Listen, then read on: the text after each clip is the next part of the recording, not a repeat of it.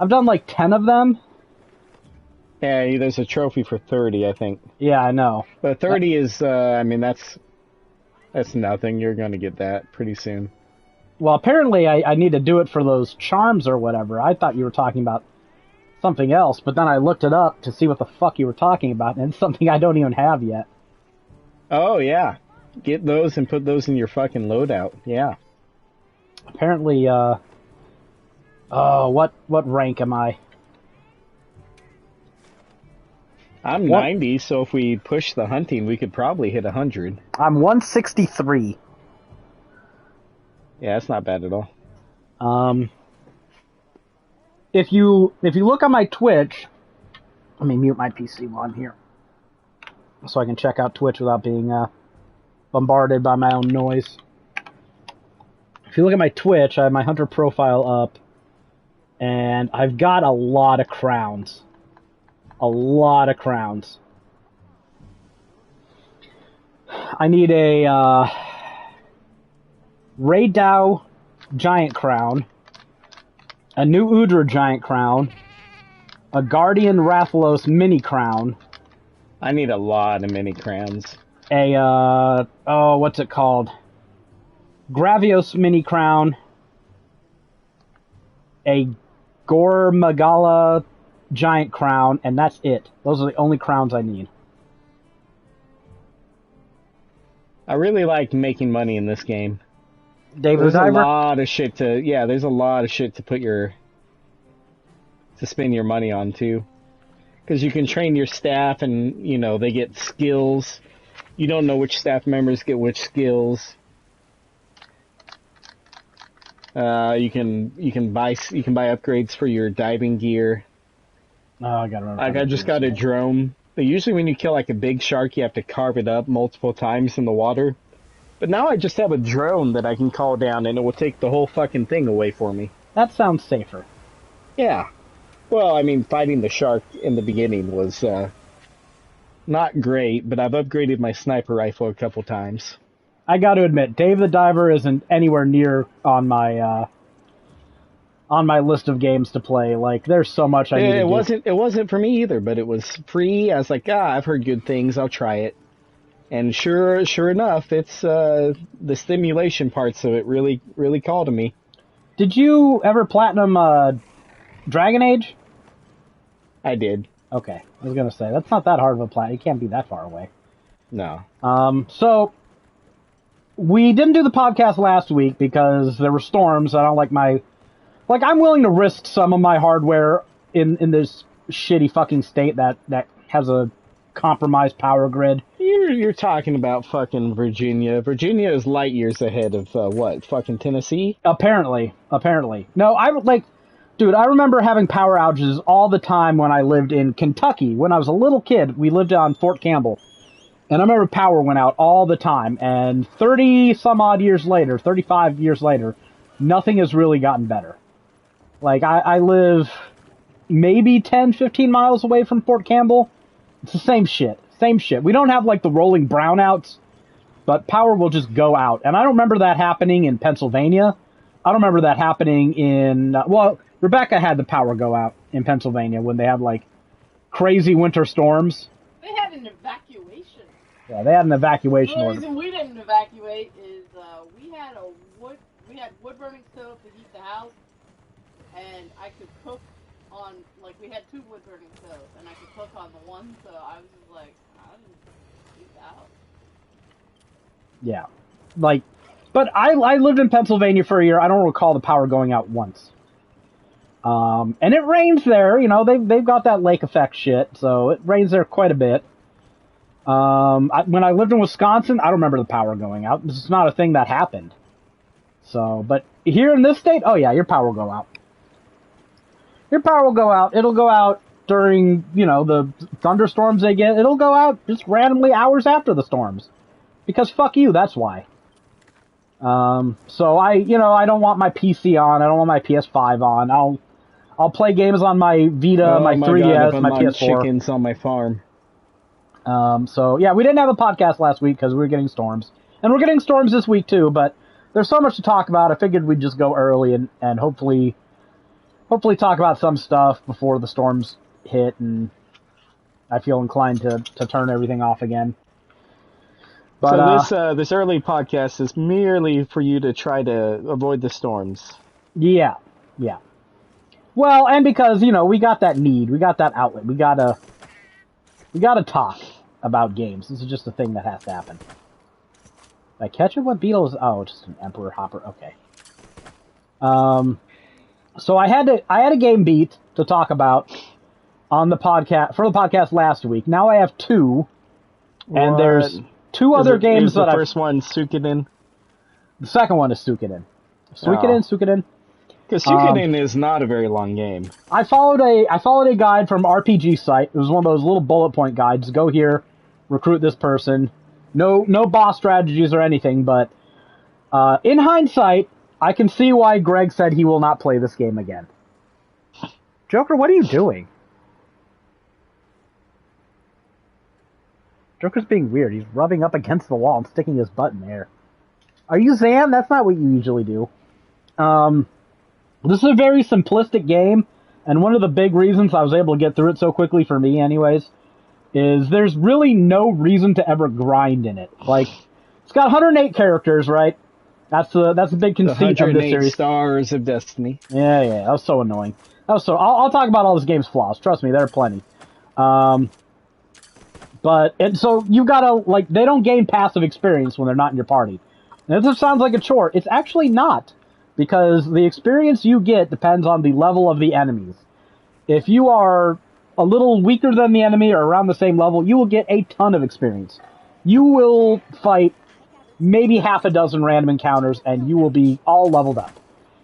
If you are, level 18 and you join a level 50 party and are stuck in the back row and just survive, you will get to level 50 in maybe a dozen fights. You'll at least get close. It doesn't take long to level somebody up. On the other hand, if you are the same level or higher than the enemy, you won't get shit for experience. So there's no reason to sit there and grind. I think I was level 60 when I beat the game. The only time you need to grind for anything in this game is if you're looking for certain urns or whatever to decorate your bathhouse or find some other item you want. There are drops I read about. You can farm some enemies to get certain rune fragments. I beat the game without inserting a single rune fragment, so that's not really needed. To get the trophy, because this is the remaster collection, you have to play the game in hard mode. I don't know what easy or normal mode do, but hard mode wasn't that hard. I didn't want to expend spells, because it's got that spell slot system that D&D has, right? And different characters unlock higher tier spell slots as they level up, and it's fine. I'm used to that system, so I don't have the visceral disdain for it that some JRPG purists have. But I didn't like using spells, because I was always mindful of, I don't want to fucking use them against these normal enemies, because what if I need them for, when I get to the boss? I used them like shit when I got to the boss. I was spamming all those, 1,000 lightning damage to one enemy spells. But I could have thrown out more AoE spells during the normal encounters and had an easier time of things. You just bought a chicken. Yeah. Hey, there's farming in this game. We're gonna buy more chickens. Did we tell you that? Yeah, I knew it. We're instinctively. What's that, Rebecca? I thought we mentioned that a few times. We might have. No, and just instinctively knew. We're gonna build up more. We're gonna build up our chicken enclosure better. We moved it to the front of the house this time. So that's probably smart. Yeah. Now that we know that possums are very, very vicious hunters of chickens. It was not my, they were not on my top 10 list of threats I'd have to worry about with chickens. They were somewhere below it getting really cold in the winter. So anyways, so it's 108 characters, and you can see where cuts were made to get these 108 characters in there, right? Not all of these characters have a lot to say or do in the plot, and the animation quality in the game is generally, you're playing a sprite-based game. You're not expecting humongous things out of the animation. Some modern indie games will go crazy with really well animated sprites. This is 1995. And there were 108 characters. You weren't getting great animations out of them. So they definitely cut corners there. The characters don't even have idle animations, for fuck's sakes. So it was a little dated by that standard. I had to go look at when this game came out. And it's like one of those transitional JRPGs. I didn't really play games from this era. Like, I played Chrono Trigger when I was in college. And that was like the last of the old school JRPGs I really played. And then once you start getting into that, like, early PlayStation, Sega Saturn era, I wasn't playing those games. I didn't play anything until I got to the clunky 3D graphics with like Final Fantasy VII. This is one of those intermediary games where they had, and they kept it 2D, and like, the backgrounds are 3D. Sony was very anti 2D when the PlayStation 1 came out. Were they? They were. They didn't want to put Mega Man 8 on the PlayStation until they learned that Capcom was going to put it on the fucking Saturn. And then they changed their mind that 2D games were okay. And then they asked Capcom to make some exclusive content for the PlayStation 1 version.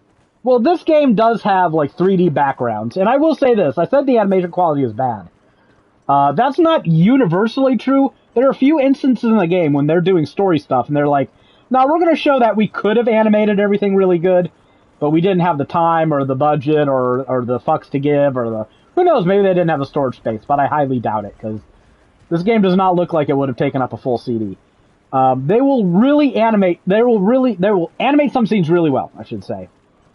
But it's only like maybe 4 or 5 scenes the entire game where you just see them, like, the characters doing all these detailed animations, and I'm like, okay, so you could do this. You broke out the sprites for this part. I see that. Not really critiquing it. It's a stylistic choice. 108 characters. I didn't expect. Yeah, it's. I mean, they put work into this game. As short as it is. Yeah. And you're like, when you get into the second one, have you started it yet? I started it just to like do the carryover save stuff, and I already saw like you're at that camp in the beginning of the game, and you run up to the cliffs, and they've got the moon in the background. The water looks nice, and the trees are swaying in the breeze. And I'm like, oh yeah, they were feeling themselves for this one. They understood more of what the PlayStation could do at this time. It's like the difference between Final Fantasy 7 and 8. You're going to see a markedly stark improvement in the storytelling as well, which is... I've already seen a better difference in just the graphics and the animations. So, the first game didn't have a bad story, but it wasn't like, it was a defeat the 5 generals and topple the evil empire thing. They definitely planned Suikoden 1 with Suikoden 2 in mind.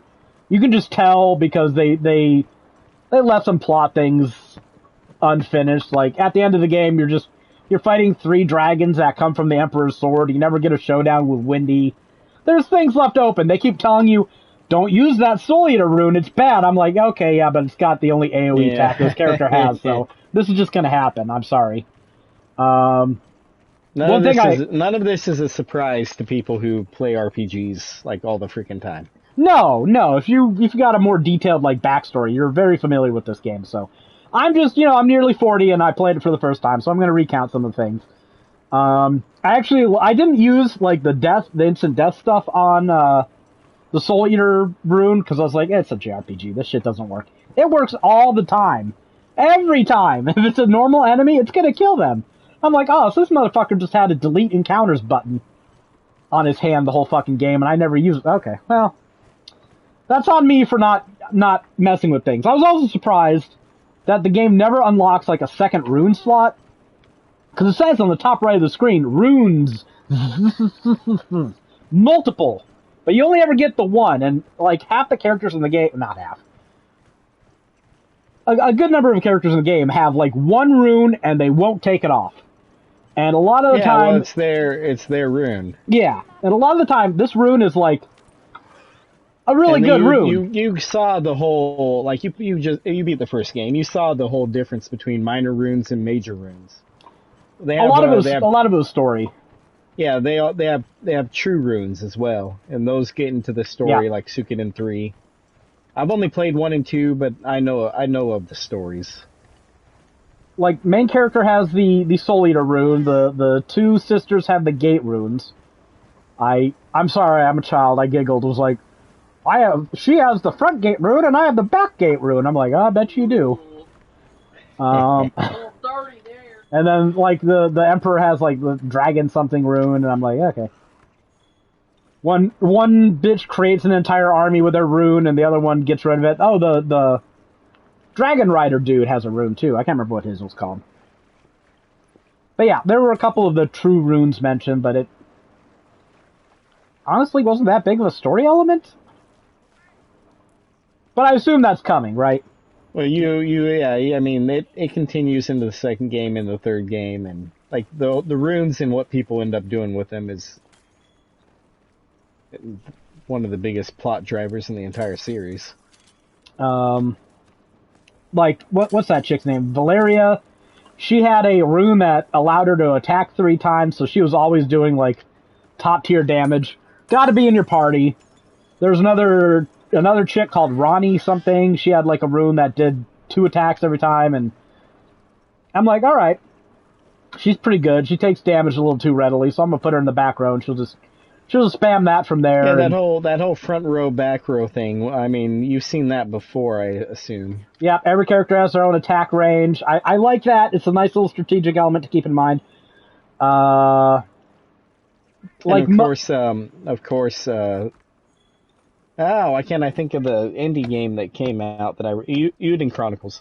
Of course, they just completely took that. Well, yeah. Well, I mean, look, rows in a JRPG, it's not so unique a concept that I'm going to get upset if somebody. Yeah, but I uses like the front only, back only. There's some characters who can do both. There's a little strategy to it. I appreciate that. Now it's time for the bad. I will say I like this game a good bit. I'd probably give it a solid 7 out of 10. It was a pretty good game, but it has some major shortcomings. And hold on, let me see what I gave it back in the day. See if you agree with me. The first Suikoden. I wrote a review on this. It's probably forever ago. 2011. Damn. I gave it a 9. Really? The first 9 out of 10. Well, this is the remasters, and this might just be because I'm I don't know. I'm getting old. I'm not sure I have as much patience for some of these old school JRPG mechanics. So I'll talk about some of this shit. Things that should have been changed with the remaster. First thing is, oh my god, this version has almost no quality of life features that you would expect from a modern game. And it does have autosaves. Somehow I doubt the original had that. But it will autosave when you're going into certain areas. I will say, the game crashed one time. When you use healing in your menu, especially like a heal all spell, I think I had the flowing rune on, what's her face, Cleo at the end there. Cleo was great. I don't know why. She's one of the characters you get early on, and I had her in my party when you needed her at the beginning of the game, and I kept her out for most of the middle of the game, and then I realized at some point, her stats are actually really good, and she's got a lot of spell slots. Why am I not using her?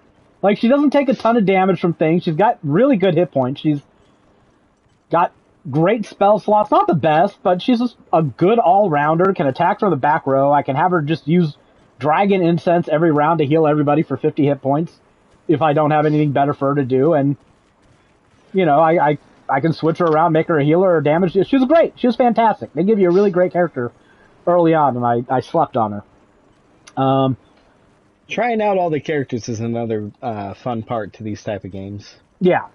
And you're going to do it whether you want to or not in a lot of cases, but I'll get to that, because that's actually one of my major gripes. But when you would use that flow rune to, like, multi-heal in your inventory between battles, it would, like, pause for a moment, and then it would heal the characters in, like, a random order, and I'm like, what are you doing?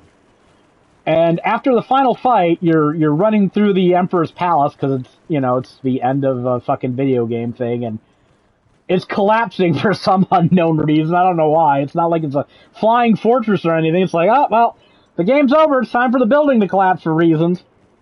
and you're getting in fights on your way out, and so I heal between one of them. The game crashes. I'm like, the final boss wasn't hard, but it took a while because you're just, pelting the enemy with fucking spells. And I'm like, I do not want to do that over again. And I was getting salty, and I remembered it auto-saved as soon as I left the room where you fight the final battle. And I'm like, all right, well, the one time I needed this game to autosave, it did. So, not going to complain about the crashing. Autosave, nice feature to have for fucking reasons that are evident. That PS1 never had that. Yeah.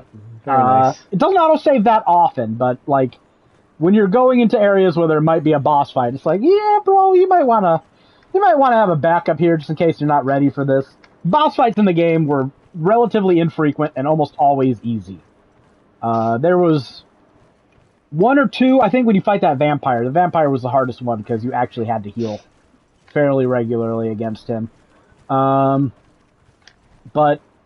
the like one of the major, most persistent problems with this game is the menus and just the fucking like layout of your stronghold are such a fucking pain in the ass to navigate.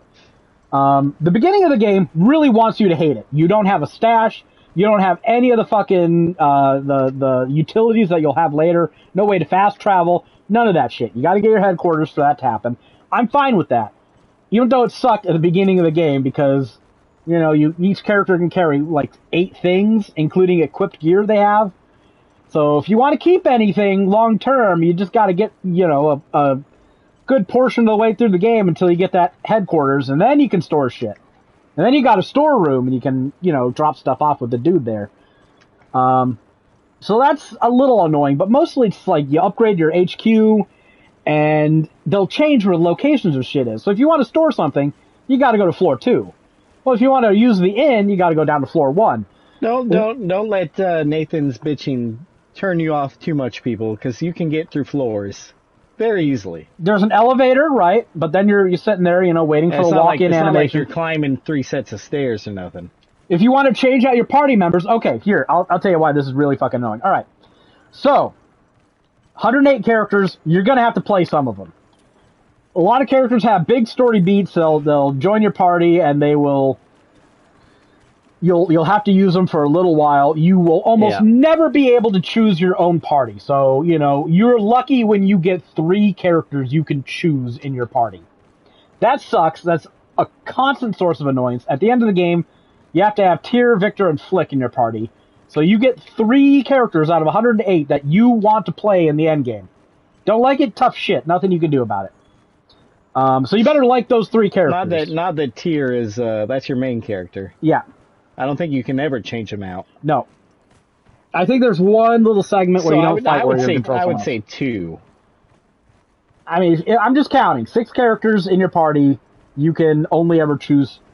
6 characters in your party, you can only ever choose 5. But most of the time, it's 2 or 3. A lot of the I'd say about half the time, it's about 3 characters you can pick. It's a good thing that you can level them up so fast, but you still have to gear them up. And what I really fucking hate, right? Someone will join your party, they'll force their way in, and they're like 10 levels lower than you, and they're wearing like a headband and a martial arts robe. And it's like, motherfucker, that shit hasn't been game relevant for fucking 20 hours. What are you doing? So now you gotta go back to your HQ, and you gotta go buy them upgraded gear if you want to get them through the story part. Otherwise, they're just gonna eat it. They're gonna fucking die. And there are times when, like, they'll put characters in your party, and it's 2 characters with short range attacks, and then Tyr who's medium range. Well, you pretty much only got 1 short range character you can use now, so you have 3, but you really only get 1 with short range, and the rest have to have medium or long range and be in the back row. So you're constantly fidgeting around with that. And if you want to switch out the gear, or God forbid an orb that one of your old characters had, that just got booted out of your party randomly because a new character joined, you have to go to your headquarters.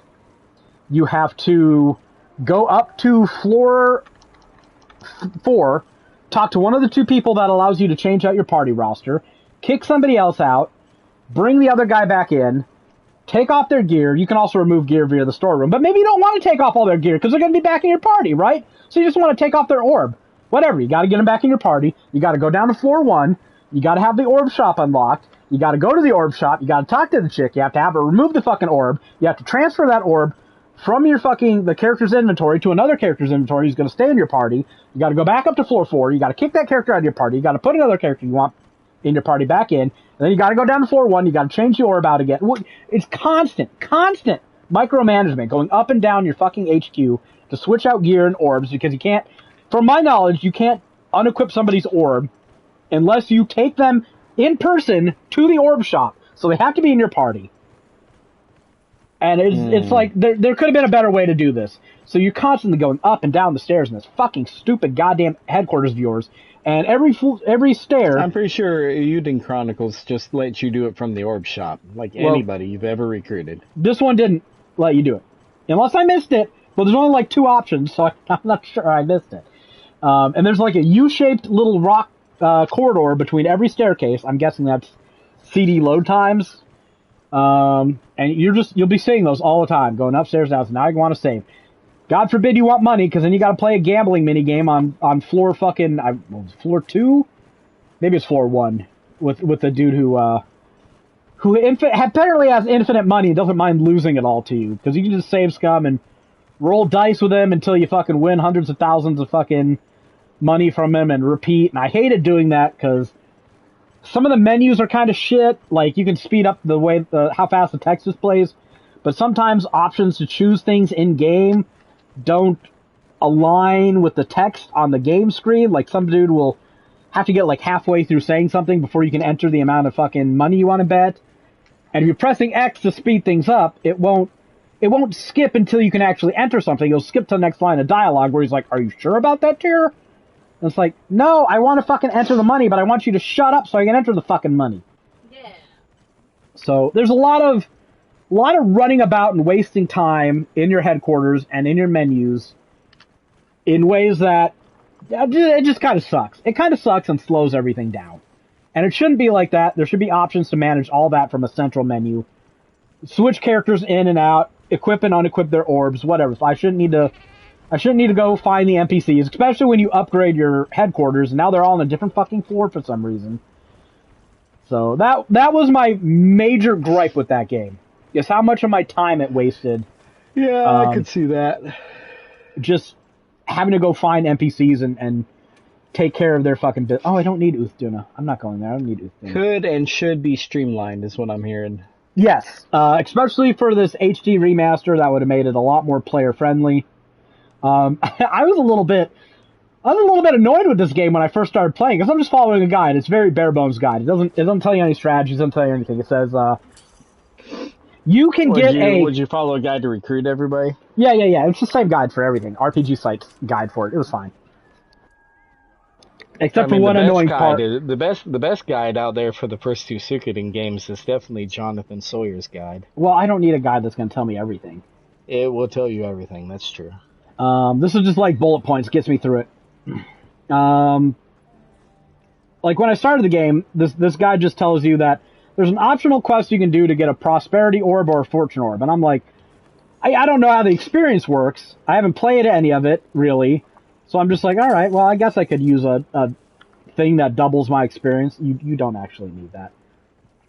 If you bought the game, it came with a little code that gives you a prosperity orb and a fortune orb for free. Just enter the code and you got this shit from the start of the game. You don't need the prosperity orb is nice if you'd rather just grind out money, which I did towards the end of the game because I was so sick of playing fucking dice. But prosperity orb you never need because everyone levels up so fucking fast anyways. I still think the most experience I ever got in a single time was enough to level up someone 9 times in a single fight. So that's pretty fast already. I didn't feel like I needed. In hindsight, I don't feel like I needed 2 orbs to level people up faster. Anyways, so I go outside, playing the game on hard difficulty with just Tyr. He's got like 18 hit points at the beginning of the game. Just him.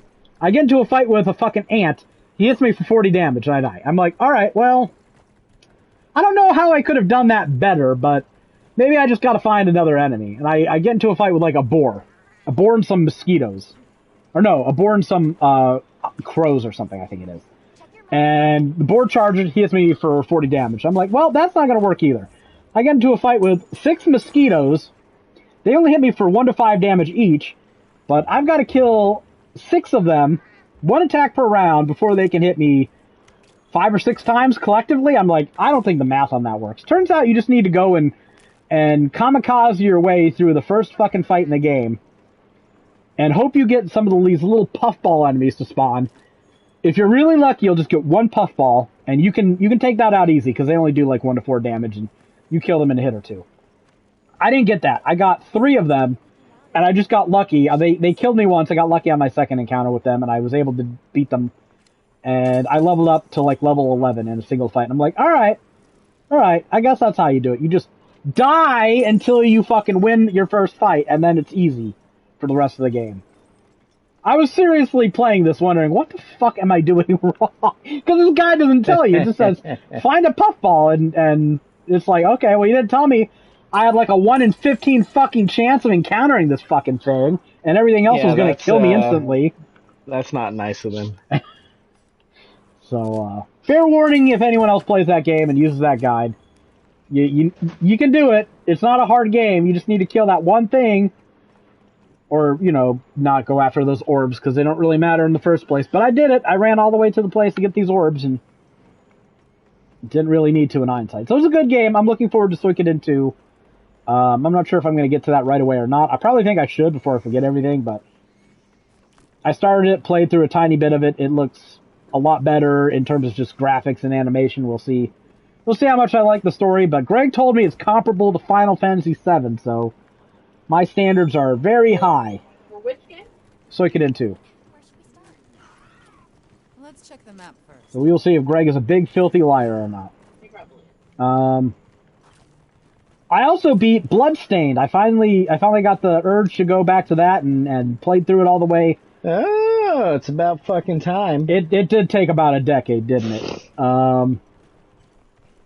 How they haven't made Bloodstained 2, for the record, is beyond me. Well, they made like that game sold like hotcakes. They made 2 little 8-bit versions, didn't they? Yeah, well, Curse of the Moon. I mean, those have also been out for years and years at this point. Yeah.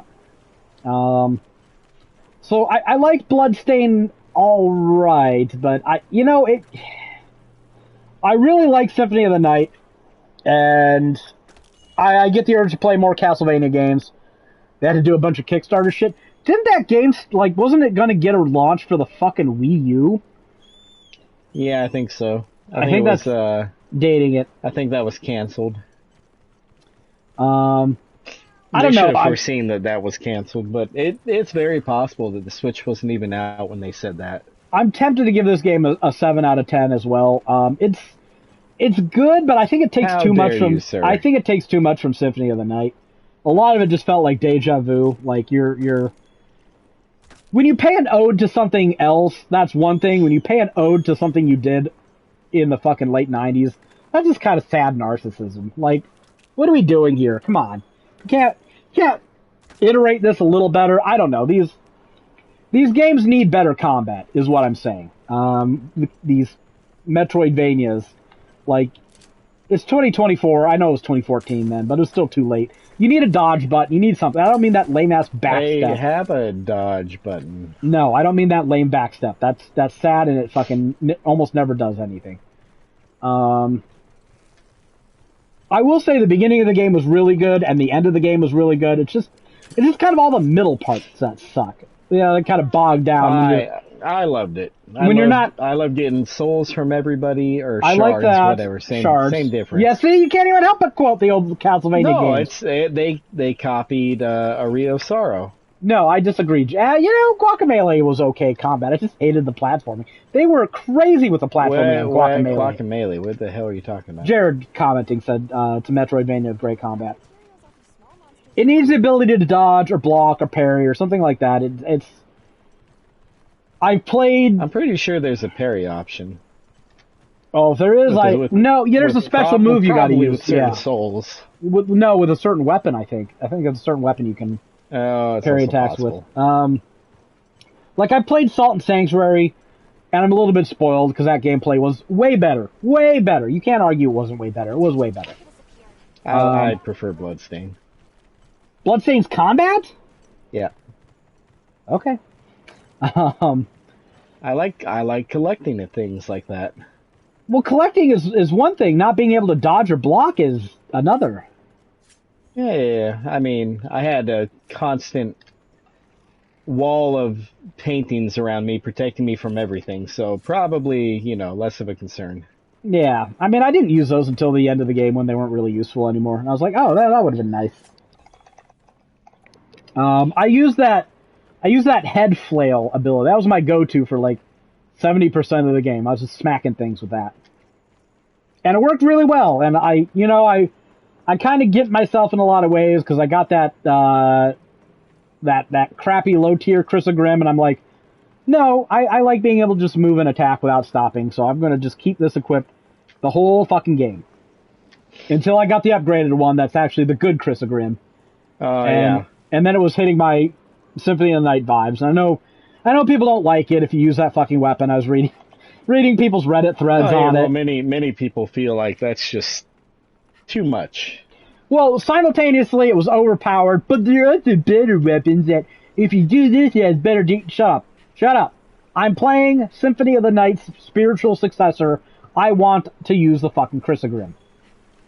All right, I don't care if you're a fucking nerd. So they put it in there. Give it another point. It's good. I like that. When you got that dash ability towards the end of the game, I was like, all right, this should have been at like the halfway point of the game because everything's so much better when you can just dash around at light speed, and we can like just upgrade to the high jump rune. And between like the dash rune, apparently someone was talking about like you got to be careful with the dash rune because it consumes magic. I didn't even know it consumed magic points. You know why? Because I'm not a fucking idiot and I made meals and I had like 7 mana regeneration per second, so it didn't even fucking tick down my mana when I was using it. Those meals can really pump you up too. Yeah, I know. It's stupid. I literally dashed everywhere the last bit. Apparently they did. Because you're talking about but that's crazy. Because if you're talking about the dash consuming all your mana, you had to have missed out on all those meals because the dash was not consuming. And I really like some of those end game shards and testing them out, leveling them up, and ensuring that all the passives were permanent on my character. That was really fun. It's just the middle of the game is such a fucking slog because you don't have access to a lot of the really good shards. You're not really quite keeping up with enemy strength, and some parts of that game are really just they're designed intentionally to annoy you. Like you'll just be playing through the game, and you'll get to a segment where they put a bat that's going to fly down to fuck up your jump right where they know you're going to jump. You're like, you did that on purpose. You're a cunt. You're a cunt. Yeah, it's classic. If you do that once in the game, that's annoying. If you do that 6 or 7 times, you're a dickbag. Classic. So that's annoying shit. But the end of the game, it's really good. The end boss was so fucking easy by the time I was done powering everything up. I was like, wow, that's really bad. Hey, that's another boss where you're fighting a 3-headed dragon thing. Except this one's flying around you in a circle. I really like that lightning ability. What's it called? Something Ocula or something like that. Yeah, it was fucking really good. It's just a like chain lightning bolt that zaps every enemy on the screen. I'm like, I don't have to pay attention anymore. I can just kind of aim in the general direction of something I want to die, and it'll probably die. That's fucking awesome. So at the end of the game, you really got powerful, and it started to feel good playing it again. Beginning of the game, it's like, all right, I'm gaining shards and improving things. The middle of the game is just a slog. Slowed everything down. And I stand by that, goddammit. Alright, I actually need to do some side quests. I've just been running around. I still have some side quests in the Windward Plains? How's that possible? So, I'm not in a rush to platinum it again. I platinum like my EU copy. I've got a North American copy here I can platinum if I Not high on my list. I think Suikoden 2 is up there. I should actually just get Jared to tell me what game I should play next. I was tempted to do that. I feel pretty good about knocking 2 games off my list, even though they weren't 2 games that were on my list for this year. 25 gaming goals. Bloodstained should have been on your list forever ago. It should have been. I got about a third of the way through it before, and then stopped. I started over fresh because I don't remember anything. So, I beat East 9. The things that are on my list, Pillars of Eternity, Dragon Quest 3, Trails in the Sky remake, that's not out yet. Disco Elysium, SMT5, Shadowrun Returns, Baldur's Gate 3 on PS5, Tales of Arise, and Divinity Original Sin. Those are games I'm looking to... I don't know if you should do Shadowrun's Returns. I like it a lot, but like Dragonfall is so much better. Well, why would I start at the beginning? They don't go. It's not a cohesive story. Yeah. Well, I don't want to play one of the mediocre ones before and then play one of the good ones. I won't be able to go back. I mean, yeah, go ahead. Well, it can't be that long of a game, can it? Persona 5 Royal first. That's what you should be doing. That's not a game to play. That's a guide to finish. Two different things. I've been working on Atomfall recently, so I haven't really had time to do that much else. We're kind of like...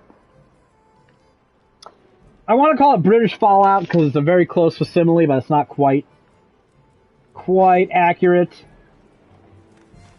But I think that's understandable enough. Just to make Craig Matter play SMT5. Oh my god. I don't know, Jared. I don't know if I'm ready for SMT5. I'll consider it though. Alright. Another game I played, I did a preview of Titan Quest 2, and there's no NDA, I can't play it anymore though, it's apparently a limited time thing. I got access to a demo of it, replay the introduction, and I think in my preview of it, I referred to it as reheated leftovers. It's fine from a technical standpoint, but man, it feels like you're going back through a time loop right to the fucking golden age of 2025 again, because the graphics are better, but they don't really stand out any more than the original Titanfall. You got that fixed isometric camera, you've got, a generic character you can apply some presets to, and then you go out to this generic looking, vaguely identifiable as a Mediterranean island world, and you're fighting boars and skeletons and wolves and spiders and cobras, and it's like, I'm pretty sure I've done this a dozen times before, and I don't see a good reason why I should do it again. Oh, I'm sure. Didn't crash on me, it was confident enough. You live for that shit. What do you mean you don't see a good reason? Times have changed. And if you're gonna be if you're gonna be a Diablo clone in 2025, you'd better be a really good one. So is it a really good one? Not from what I saw. It's a very tepid, this will be a cheap podcast game we'll enjoy well enough. Then again, I didn't get that far into the game, because you only get the tutorial stuff. They added a dodge button, and they expect you to use it. They've got boss fights that'll cover the ground in little AoE reticles that tell you not to fucking stand there and use your new dodge ability to get out of the way. Seen that? Yeah, that's been there since Diablo 3 and Pillars of Eternity, so it's not new, but it's finally here in Titan Quest. You got a limited number of dodges that recharge over time. You've seen and done this before. Zato. So there's a bunch of these guys who have quests for me? Okay, I'll do this quest, I guess. And I think at the end you fight a boss against, what was it, a griffin? I didn't get any legendary or unique drops. The best I got was rare, which is fine because it's the tutorial area. I don't know what else you'd expect. And then, your character seems more important to the story this time than some random wanderer who's just got to go and stop the bad gods from doing the bad god things that they always do. I think, who'd you fight against in the first game? Was it Hades? I want to say it was Hades. Oh, jeez. You probably fought against... the game wasn't crashing, right? Yeah. I can't remember. Probably Hades. You'll unlock some... look it up real quick? Yeah, if you want. You'll unlock some mastery trees that... you're able to unlock 2 of them. I saw 3. And 2 of them are elemental. One of them's melee combat. And you can, invest in some skills in these trees. And One of the things that's cool is, well, one, you can refund all your points in a tree, but you can't, like, change your tree. And then as you spend more points in a skill, you'll unlock more little bonuses you can activate. And I saw, like, an ice skill that shot out ice shards, and I'm a slave to... I'm just a slave to preference, and I had to get my ice shards build going there, and we were able to buy skills that would... What is this? What are you doing? Are you electrocuting yourself? My cat is stupid. Okay. Yeah, Typhon and Hades, yeah. Okay. I'm surprised I remember that. And then Act 5 was that's the Nordic DLC they put out, right? So there's a whole bunch of Nordic gods in there. I don't even remember that. An unfamiliar monster while gathering stone. Any details you can share? So you can add abilities that like increase the number of ice shards you shoot per cast, but reduce the damage.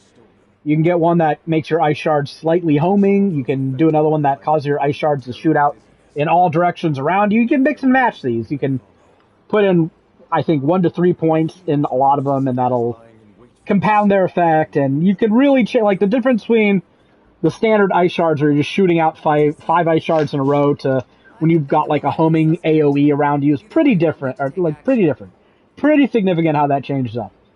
Problem is you only got enough skill points in this build to really invest significantly in one skill, so I can't really say how the trees are going to mix and match or if you can like respec your like which trees you've chosen later or any of that, how the skills will combine. So I can't say the game is shit. It's very passable from what I played. Like, if you were to force me to vote with my wallet, I'd be like, I'm going to wait until it's $20 and we'll play it on the podcast. It'll be fine.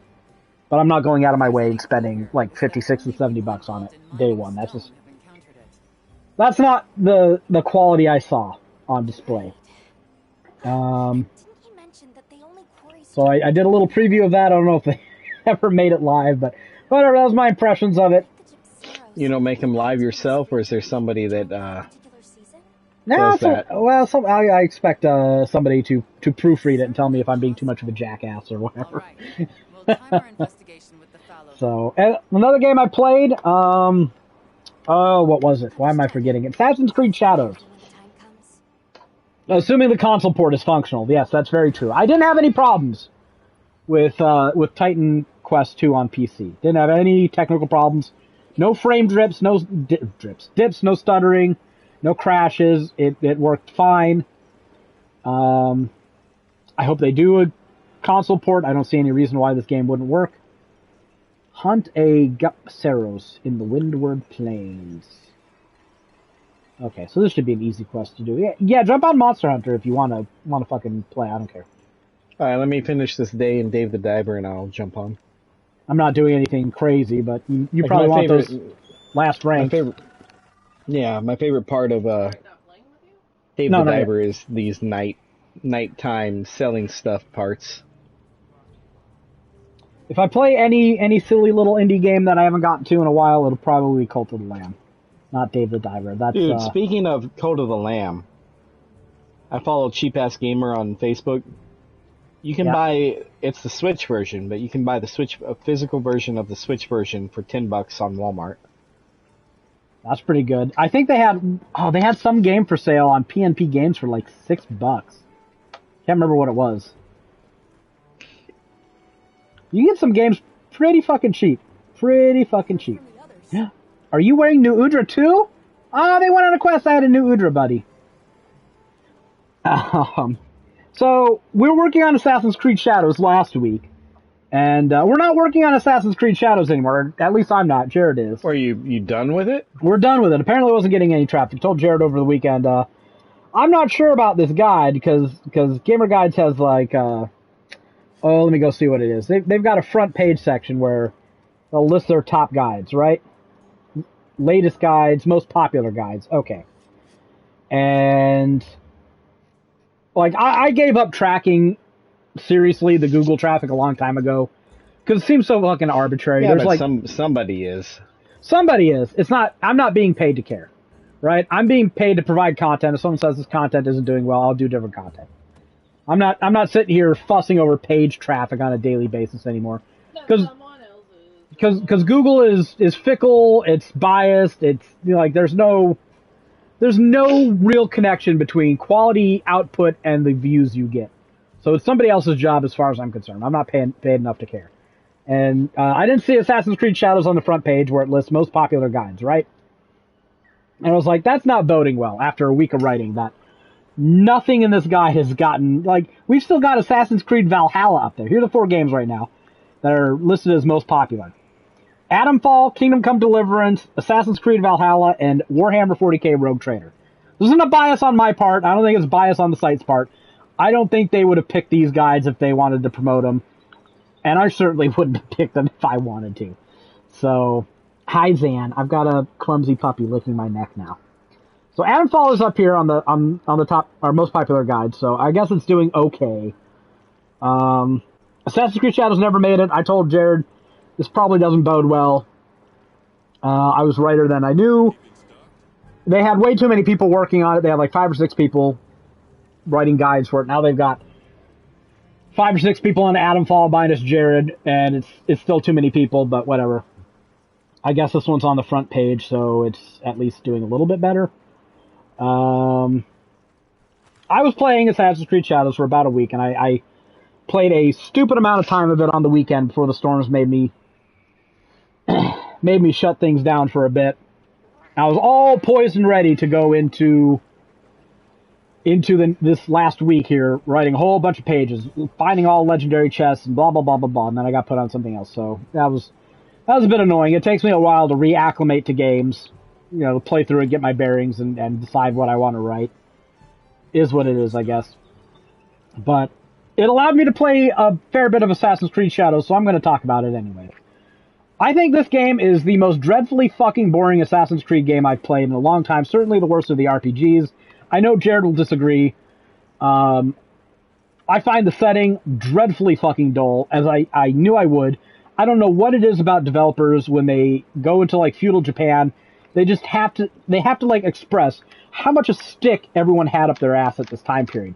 It is the most fucking dreary, fucking conservative, fucking tedious goddamn fucking dialogue I've ever seen in a fucking game. That's not true. Not ever, but in recent memory, for sure. And it's because, this is a feudal Japan, and you must take things super seriously. And we are all going to take everything super seriously and talk very slowly about politics that don't matter to you. That's all the fucking game's dialogue is. It's shit. It's dog shit. Waste your fucking time. Ghost of Tsushima was They had characters with personality, but for some reason, like, developers just they just go, we got to treat this era, this particular era in history, which is the utmost care and fucking, like, concern for sanctity. Like, nobody told a fucking fart joke that back then. There were no fucking, there were no outlaws. There was nobody interesting. Like, well, there's definitely outlaws. Samurai Warriors did fucking things a little interesting. Yeah, okay, there's that butterfly quest, but everyone still talks so fucking. This is like mass child abduction. They're talking about it like it's the most boring shit ever. It's dreadfully fucking boring. The fucking stealth sucks. The combat sucks. The dialogue sucks. The setting sucks. The whole game is fucking mediocre as shit. Probably an easy platinum.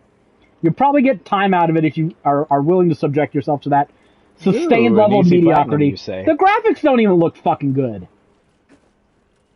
Like, I was more impressed with the fucking snow in Assassin's Creed Valhalla than I've been by anything in Assassin's Creed Shadows. And all the people sitting here fucking bitching and moaning about, they have a black fucking samurai protagonist. He's fucking utterly boring.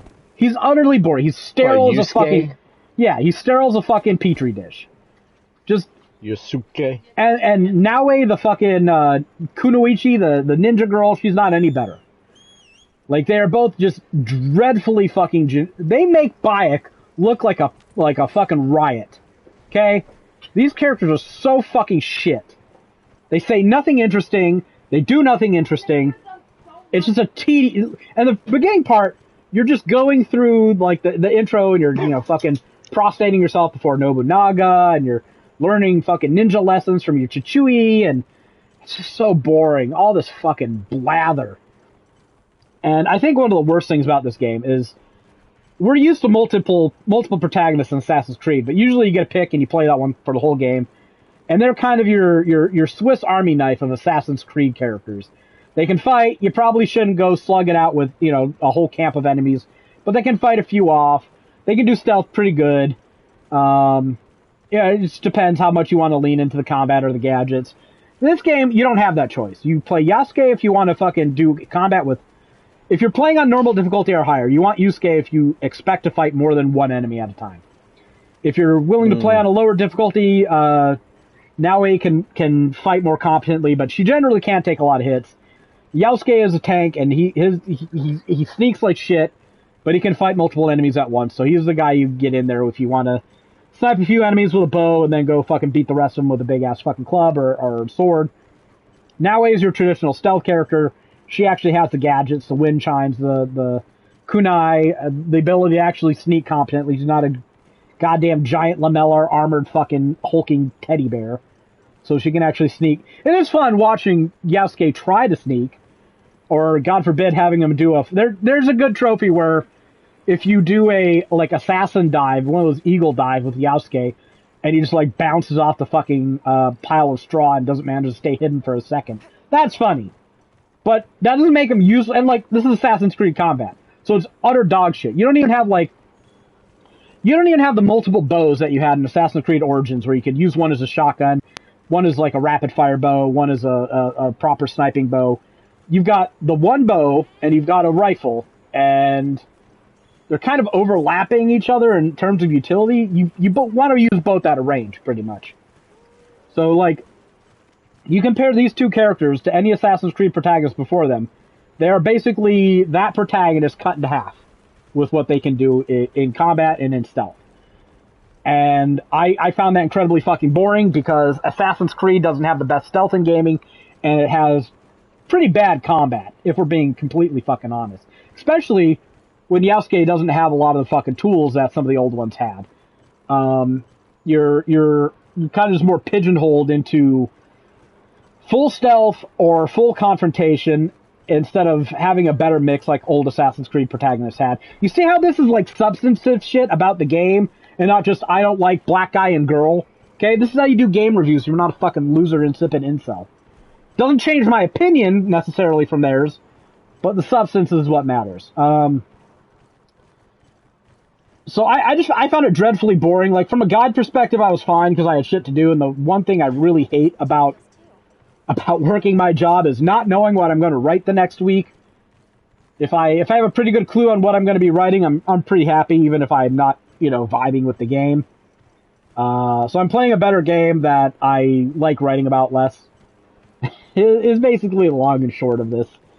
I'd give Assassin's Creed a 6 out of 10. Maybe a 5. It's boring. It's boring. You can build a little headquarters, but maybe 20 hours into the game, and I've got all the materials I need to build everything, and you don't really get to customize shit too much. I like the build a little headquarters thing. You would, but it's so simplistic. There's maybe half a dozen buildings that actually matter. You can arrange them for you. Yeah, they give you passive bonuses. They give you more scouts you can use to you use scouts in this game to find or to pinpoint where objectives are. You don't have to use them, but you can. And you get 6 of them, and that seems like it's going to be a big mechanic, but you get further into the game, you don't really need to use them to smuggle resources anymore. You don't really ever need them to find objectives for you, and they just end up sitting unused most of the time, in my experience. So they're important for the first couple of hours, and then they stop being that important. You can upgrade your weapons. There's some RPG stuff, but you only have 2 weapons you can have equipped at once: a helmet and armor and talismans. So not really a whole lot going on there in terms of your gear. You can get a legendary weapon right out of the gate, and then just keep upgrading that. And I've never felt the need to change Naoe out of that.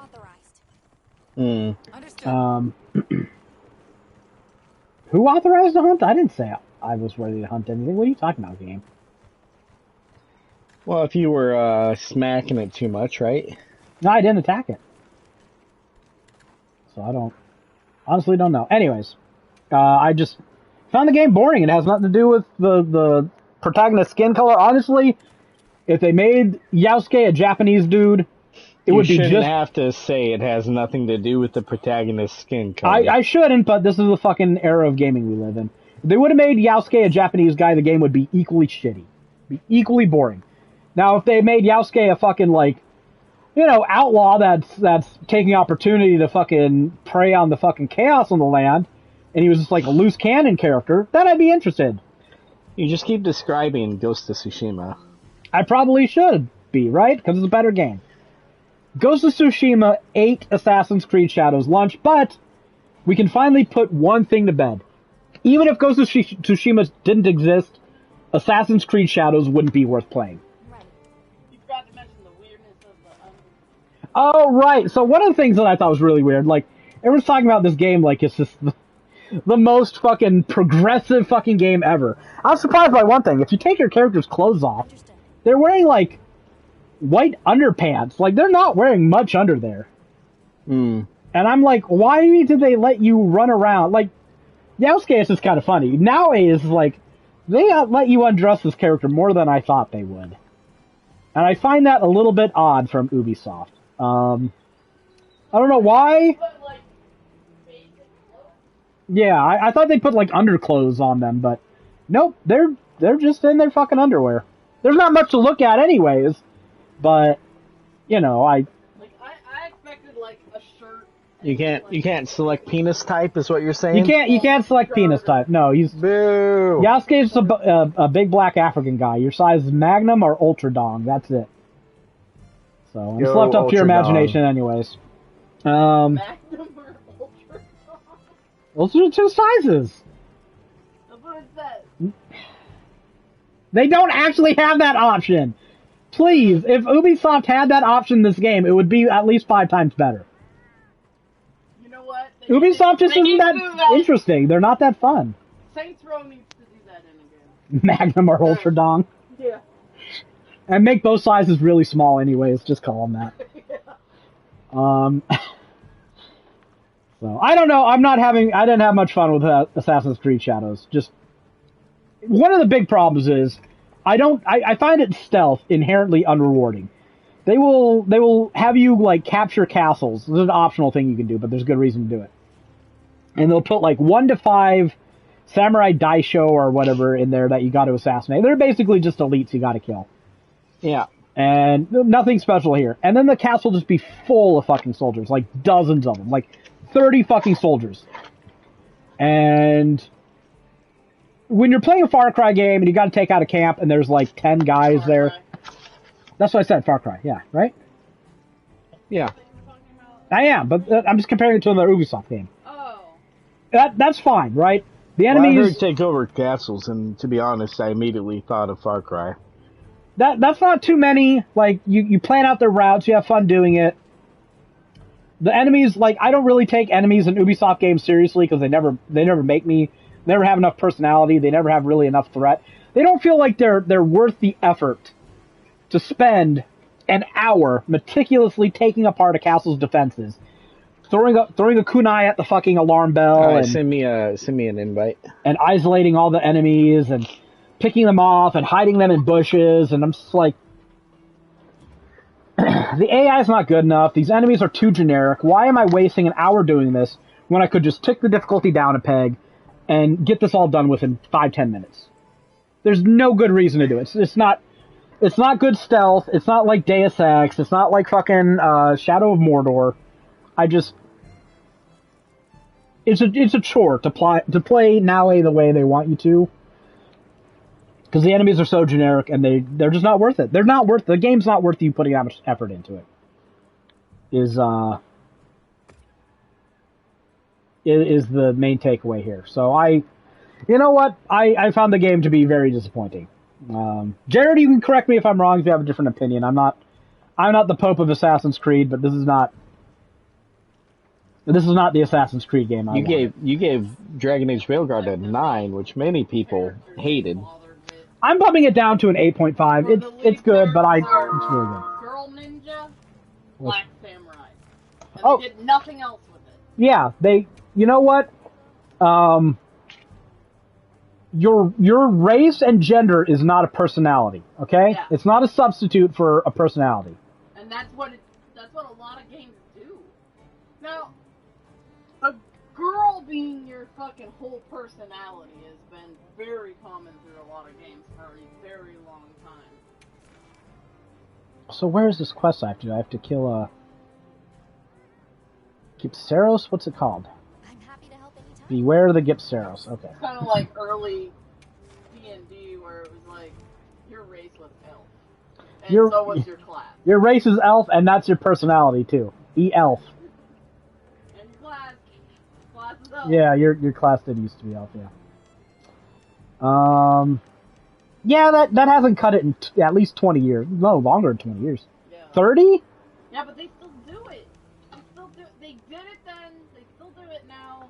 Look, I don't... With female characters, it's like they're afraid they're gonna offend us if their female character has personality.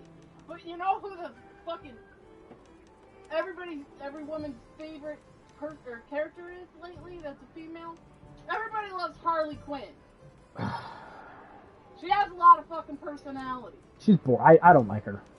But she has a lot of personality. No, she's just an evolution. Like, the current Harley Quinn is an evolution of the fucking manic pixie girl, and I'm so sick of that archetype. I really am. personally like Is that better or worse than the old version of Harley Quinn that was just lovesick therapist? that original. I like Lovesick Therapist better. Okay, I get it. We're trying to do girl power. She was in an abusive relationship. I don't know.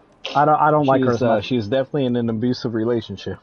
I don't like this version as much as I like the I'll one be back. waiting here. What's her name? The fucking actor who's been doing her. Oh, I I never need to see her in a movie ever again. Margot Robbie. Yeah. Oh, she's perfect for that character. So I gotta hunt But at least she has some semblance of personality beyond. So how do I do this quest? Is it just freeform? I just kill any Gipsaros here? We don't want girls. No. Well, as see, the whole I don't think personality. very highly about like Japanese characters and writing in general, but I will say that like you play through Metaphor, and it's not like they made Hulkenberg just girl or just elf, right? I eat everything. She well, yeah, God, she's I gotta play that game. Every time I hear that name, I think to myself, Hulkenberg. Hulken. Yep, she is a alpha predator who wants to eat everything. But she's also, she's also a royal guard. She's got things going on. She's a character as much as any of the others are. So It's weird that like a lot of games come out of Japan, right? yeah, If you compare like when they just make girl a character, they don't do it as much as like Western. With a name like Hulkenberg, I don't see how you But, go like, wrong. Look at anime. well, They have a whole bunch of different. you have a couple of behaviors. archetypes for each gender in anime. Yeah, but that's better than just girl. Yes. But they do the same thing with their boys. Yeah. No, like, when they announce Persona 6 later this year, I will probably spend some time looking at the characters and thinking, I wonder what this one's archetype is.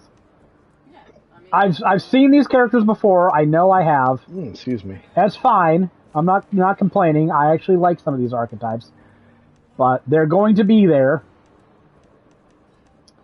So like, who's gonna be what? yeah, who's gonna do the what role in this game? But it's still significantly better than bland ass girl. Yeah.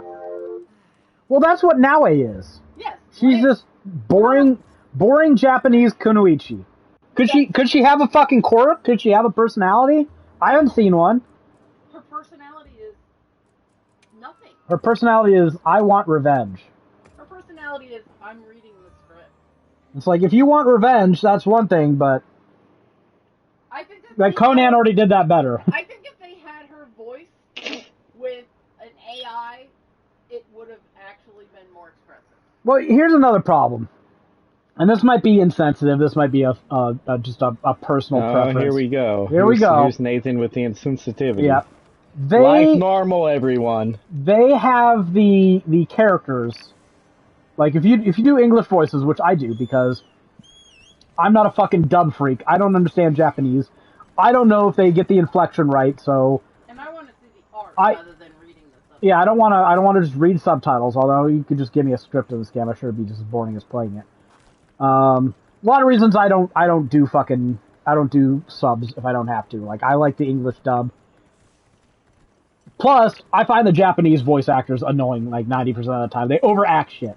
If you ever hear somebody, if you don't know if it's a dub or sub because they haven't started like talking yet, if you hear a character go about something, you're like, oh my god, that was a Japanese voiceover. Because they don't do that in the English dub. They don't overact these reactions like that. So, I'm sorry, I don't like it. And plus, I don't fucking even if I did like it, I don't pretend I understand Japanese. I don't know if they're putting the fucking inflection on the right part. I don't know if they're doing it sarcastically. I can pick up on that when I'm listening to English voice acting. Even if you're good at Japanese, it is to you if you don't understand Japanese. Shut up and quit posing, you fucking fakes. Anyways, they have actual Japanese people do the voice acting for like Naoe and the Japanese characters. So they're all talking with that Japanese accent, but they're speaking English. Which means they're talking very stiltedly, and they're not emoting very much in a lot of it. So it's very bland. And I don't know, it's just boring to listen to them talk. They're talking boring, and they're saying boring things. It's boring from both angles. Offended that there is even a female character in there. I get offended that the female character in there is a woman. Yeah, she's boring. I'm not saying they should have picked an English voice actor to do it. But I don't care. They should have picked somebody who can emote. Or at least direct her to emote. Hey, maybe this is just an homage to the first Assassin's Creed game where the guy who did Altair just had no fucking personality or inflection whatsoever. Yeah, that's it. It was a look, it's merely a homage. You went and did Odyssey, right? Yeah. And Origins, right? Yeah. So you can't go back. You can't go back. No, you can't go back. Boring ass protagonist. I'm sorry. Like, I should not have a more interesting emotive voice than a major protagonist in a video game. I'm sorry. I'm a nasally fucking fat guy with a high-pitched voice, and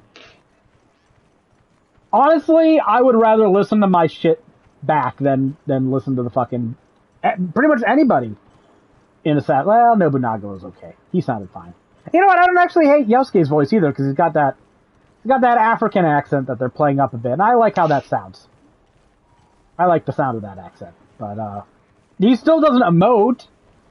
At least not from what I've seen. It's like you can have these characters, like not like Cassandra and what's his name, Alexios were fucking blank slates, right? They had personality. That's what I'm saying. So I just it's a very boring game. Very boring game. I was watching a detractor restreamer show DSP throw a fit about the game, and I was like, he's not wrong though. Calling it boring and bad game design. He was talking about like developers this year making bad games. So I'm like, we've had some pretty good games this year. Assassin's Creed Shadows is not one of them. Well, the other ones are too hard. Well, everything's too hard for him. Yeah, he was trying to kill the Samurai Daisho and he's like, I can't find them. Where are they? It's like you're supposed to fucking observe and sneak around and find out where they are. It's like, what do you expect? They have a little crown when you find them. You expect them to be waving a fucking flag, too? Yeah. Like, how much hand-holding do you need in this fucking game? Yeah. But yeah, that's all the gaming stuff that I've done in the last 2 weeks. Pretty busy for me for 2 weeks. I don't usually get around to that many new games. Oh, here's one. Okay, yeah, I kept telling you, let's go hunt, and you just kept leaving me on red. Leaving you dry. Like, I must not have seen it. What the fuck? I'm that asshole. Alright, I'm joining a quest. Join it if you can. Alright. Okay. So we also had a ton of news. We had plenty of news last week. Because they had a future game show. Thanks to a impromptu, well, maybe not impromptu, but I certainly didn't have a very big heads up. Nintendo Direct. No, I think we heard about it the day before. It's not thanks to that. There's another game show. There's a lot of news that. in that. There's a lot of news in that. We'll get to that, but first we gotta eat our oatmeal. Future game show happened last week, and they actually showed off a few things that could be interesting. So this is what I'm gonna do. I'm gonna read these out, and then we're gonna forget about them. And then in a year or two, I'll be like, we talked about that on the podcast. You'll be like, I don't remember that. Yeah, that's how it will work. Publisher Skybound Games. I agree. No, that is how it's going to. I'm just telling you guys ahead of time.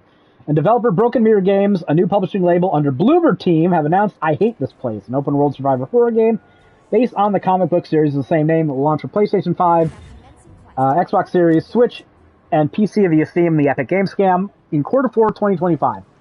I like the look of this game. Yeah. You should give this game a look, Greg. I hate this place. I hate this place. Yeah, it's like I'm at work or something. God, I'm trying to remember specifics about it. It's been like 2 weeks, and that's like a week and a half past. It's got a very unique look. Oh, no! I had the wrong button. Oh, we're done? Die? No, I was going to eat a meal, but I guess the quest ended, so it doesn't matter. Okay, well. I just joined it. Well, apparently it's already over, so just enjoy the free hunter rank, I guess. Oh, apparently it didn't give it to me. Oh, okay. Publisher Arc Games and developer Snapshot Games have announced Frosthaven, a dark fantasy tactical RPG adaptation of the acclaimed board game. It will launch in early access for PC via Steam in 2025. A closed beta playtest will run for who gives a shit. I signed up for it. I didn't even know this was a thing, and I have like all the Gloomhaven boxes. If you've never played one of these games before, and I haven't actually played it yet, I can't get fucking friends to come over long enough to play shit like this. These boxes are humongous. They are pretty fucking big. They've got a bunch of thick-ass cardboard in them, little playboards and fucking cards, and they're probably a real treat. I tell you what, I'd love to fucking get people over here to play some of this shit seriously. But Frosthaven is apparently the successor game to Gloomhaven, and the box is even bigger. I was like, is this related to Gloomhaven? I looked it up online, and I saw somebody put it's $250, Greg. $250 for a board game. I saw somebody take a picture of it on a table beside their grandmother. It's like half the size of this old lady.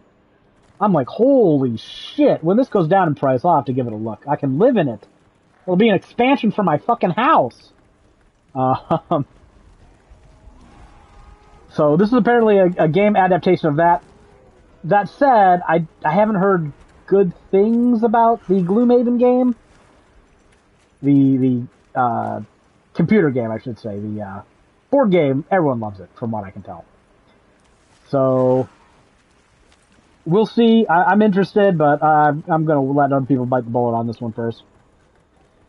A demo for science fiction first-person shooter Metal Eden will launch for PlayStation 5, Xbox Series, and PC via Steam on April 8th. Publisher PlayOn and developer Rycon Games announced. This game looks like Doom 2016, but with a female protagonist. We'll see. There's a lot of nuance that could make this not good, but it's got my attention.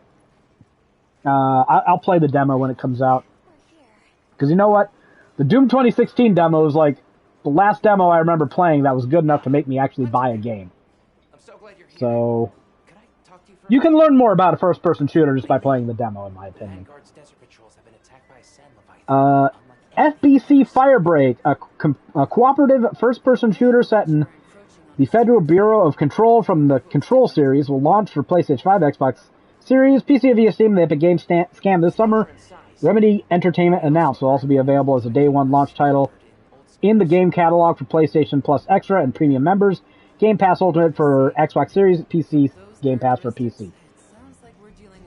This looks like a fun little podcast game. It's worth keeping our eye on. We probably won't buy it day one, but down the line, maybe.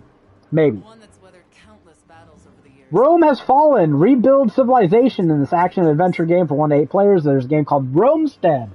You get it? Roamstead instead of homestead? That's worth a mention just there. Survival game for 1 to 8 players. Fight, build towns, earn favor with the Roman gods, or just farm your crops. Of course. It, So much. what was that game we played where we're on, like, tropical islands and shit? And we had, like, little monkeys helping us fight. Was it Survivors? The Survivalists. Oh, Survivalists. It reminded me kinda of that. I'm like, okay, this could be a cute little podcast game. I will keep that in mind. Former developers from Bethesda, BioWare, Naughty Dog bring you a sandbox RPG. We got platinums in those, didn't we? We did. Sandbox RPG realm of anthropomorphic animals and fairy creatures. Play co-op or solo as you build a village of memorable NPCs, farm, craft, explore, celebrate the seasons with an ever-changing world bigger than you. This game's called Hawthorne. Caught my eye. Oh, Leviathan's Hey, temper. there's Jared. Okay. Hello. You got sick of me bad-mouthing Assassin's Creed Shadows? Without being able to respond? Yeah, well, I mean, unless you wanted to hear fucking 2.5 men blaring in the background. Man. Your mom watches that? Yeah. Blaring, huh? Oh, man. More or less. Man. Inaya, Life After Gods is a thrilling action platformer with Metroidvania elements. Immerse yourself in a story with multiple choices. Explore diverse biomes, face more than 20 bosses, and develop your character with a unique progression system. Again, you can watch the trailer for this called Inaya, Life After Gods, Inayah. Metroidvania had my attention. They showed off a few things that were interesting on Future Games Show. That's just my opinion. A lot of things to keep an eye on. A few co-op games that might be worth podcasting. Hunt of the Tempered Balahara. Okay, we got another quest here, Greg. I'm right. Oh, I don't think we're in a Link squad. Are we not? I don't see you listed. Well, you got a notification, so I guess it doesn't matter. Commencing quest now. Are you prepared? They've issued us supplies. Oh, it's a Tempered Balahara. Not something I feel At particularly... least it will put up a fight. I say that. I haven't played this game in like a week and a half. So, hope I don't embarrass myself too much. Anyways. I think the biggest news of the week wasn't on any game show. Biggest news from perhaps our perspectives. Following Jared posted this, followed the naming convention. Who did this? PersonaCentral.com? Anyways, following the naming convention of previously registered Atlas domain names like P3RE.jp for Persona 3 Reload, Twitter user Scrambled Faz has discovered the domain name P4RE.jp has been created as of March 20th, 2025. For the P3R domain name created on March 15, 2023, 2 years ago, the game was subsequently revealed 3 months later during the Xbox Games Showcase. So, first clue that we might be getting a Persona 4 remake. You excited, Greg? I could go for it. Will you actually play this one, Greg? Yeah, if they, yeah, I'll play this one. Why didn't you play Persona 3? Yeah, I like 4 better. Okay. That much better, though? Like 3's not even worth playing? Nah, I played it. You didn't play the remake. And that's true. Another platinum there. You get 2 platinums playing that. It's got a crossover system with its saves. Just saying, I got 2 platinums on it. And it was a treat to do so. I'll probably do it again on another region. Okay, Greg's here. Alright, go kill stuff. How dare that thing hurt me? Oh, you're already fighting it? Yeah, of course. I got really good at mounting these things. Yeah. I was on a streak the other day when I was playing. Monsters is always fun. I think I mounted like 5 in a row, and I was like, man, I'm getting good at this, aren't I?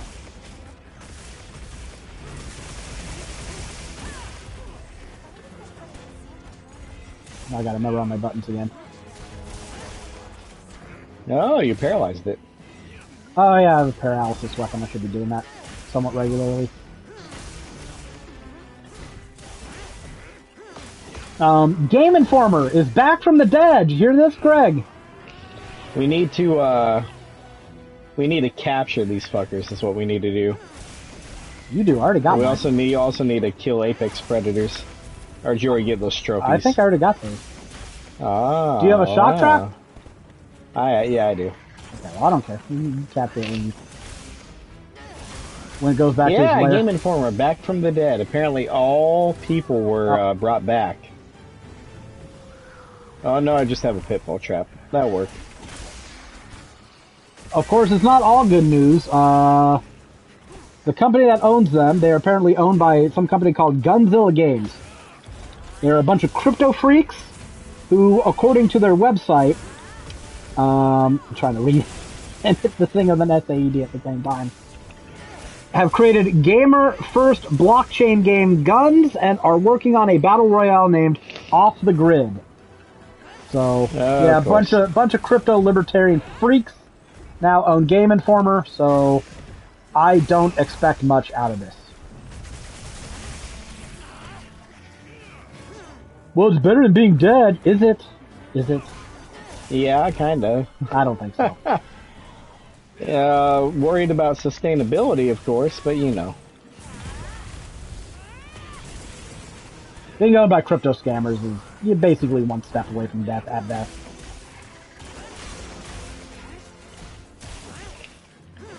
Once this bubble pops and all those gambles come due, then what? Yeah, well then, no more Game Informer. Again, yeah. I guess it's no different from the stock market. This is a little bit weird. We like it when companies support old games, right? Oh, come on, that's bullshit. I'm usually a big fan, yeah. 10 years after launch, Pillars of Eternity is getting a turn-based mode, developed directly by Obsidian. So, this is not a fan mod, this is not anything like that. Obsidian is finally adding a turn-based mode to their isometric party-based RPG that probably should have turn-based mode from the very beginning. But, better late than never, right?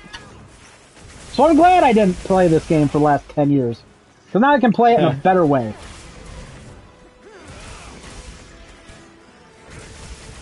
Oh, what do we got here? Sony Interactive Entertainment has announced the April 2025 monthly games lineup for PlayStation Essential subscribers. All titles will be available April 1st to May 5th.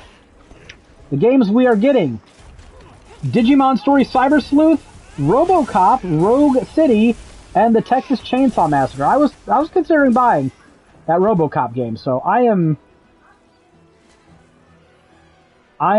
pretty happy with this. Okay, I think this thing might be injured enough to trap it. Yeah, no, you can look at the map. It's got a skull on it.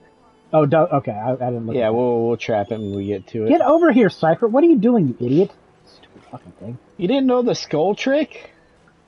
Well, there's also the heart rate monitor under the monster on the bottom. Some people swear by that. I know I've never if it seen goes it fail with the skull. I know if it goes off to its lair, it's okay. Pretty it's not going fucked. off to its lair. Trap set. Come on, pop, pop, pop, pop, pop, pop, pop, pop. There it goes. There we go. Yep. Yeah, there we go. So, pretty good month. I'm not even going to shut on Digimon, because that looks What was kind of the interesting. RoboCop? Say them all again. RoboCop, Rogue City, Digimon Story Cyber Sleuth, and the Texas Chainsaw Massacre. Huh. I mean, that's decent. Sure, why not? I'll take it. Saves me some money on this RoboCop game. I mean, I wouldn't mind getting a physical copy for cheap if that happens, but it was on sale for like $9. I was really thinking about getting it, and I just kind of forgot about it and didn't grab it. And now I get it for free. One time when I saved money, it was accidental. So what you gonna do? Seasoned Hunter, what's that? I don't know. 100 hunts? Maybe? Maybe. I'll look it up while you look up your next side quest. Paradox Interactive and developer of the Chinese Room have delayed Vampire the Masquerade Bloodlines 2 from its previously planned first half of 2025. Release window to October. It will be available for PlayStation 5, Xbox Series, PC via Steam, Epic Games Scam, and GOG. Big surprise there. How many times has this game been delayed? 4 or 5? If this game turns out to be good after this many delays, monsters. Okay. If this game turns out to be good after this many delays, it will be a miracle, nigh unprecedented. Cyberpunk levels of turnaround. You know what? Something that's a little fucking surprising is how people are able to memory hole shit. There are people arguing that Cyberpunk wasn't a piece of shit at launch. It's amazing. This is 5 years ago this game launched. Not even. We don't remember that it got pulled from storefronts, it was so bad? Come on. What are we doing here? Yeah, it was top tier news, that's for sure. Typically, good games don't get pulled from storefronts and mass refunded. This is all I'm saying. Thanks to your report. Ubisoft, long-awaited news here. They have announced the establishment of a dedicated subsidiary based on its Assassin's Creed, Far Cry, and Tom Clancy's Rainbow Six brand, spearheaded by an investment of 1.16 billion euros from Chinese conglomerate Tencent, who will retain a 25% minority stake in the subsidiary. So, my speculation here, Ubisoft put up its few remaining money-making IPs as collateral in the shell company, which Tencent has invested into the tune of 1.16 billion, enough to secure 25% of shares in the subsidiary. This presumably was done to get some much-needed funding for Ubisoft, and I don't think Assassin's Creed Shadows is going to be the hit they want it to be.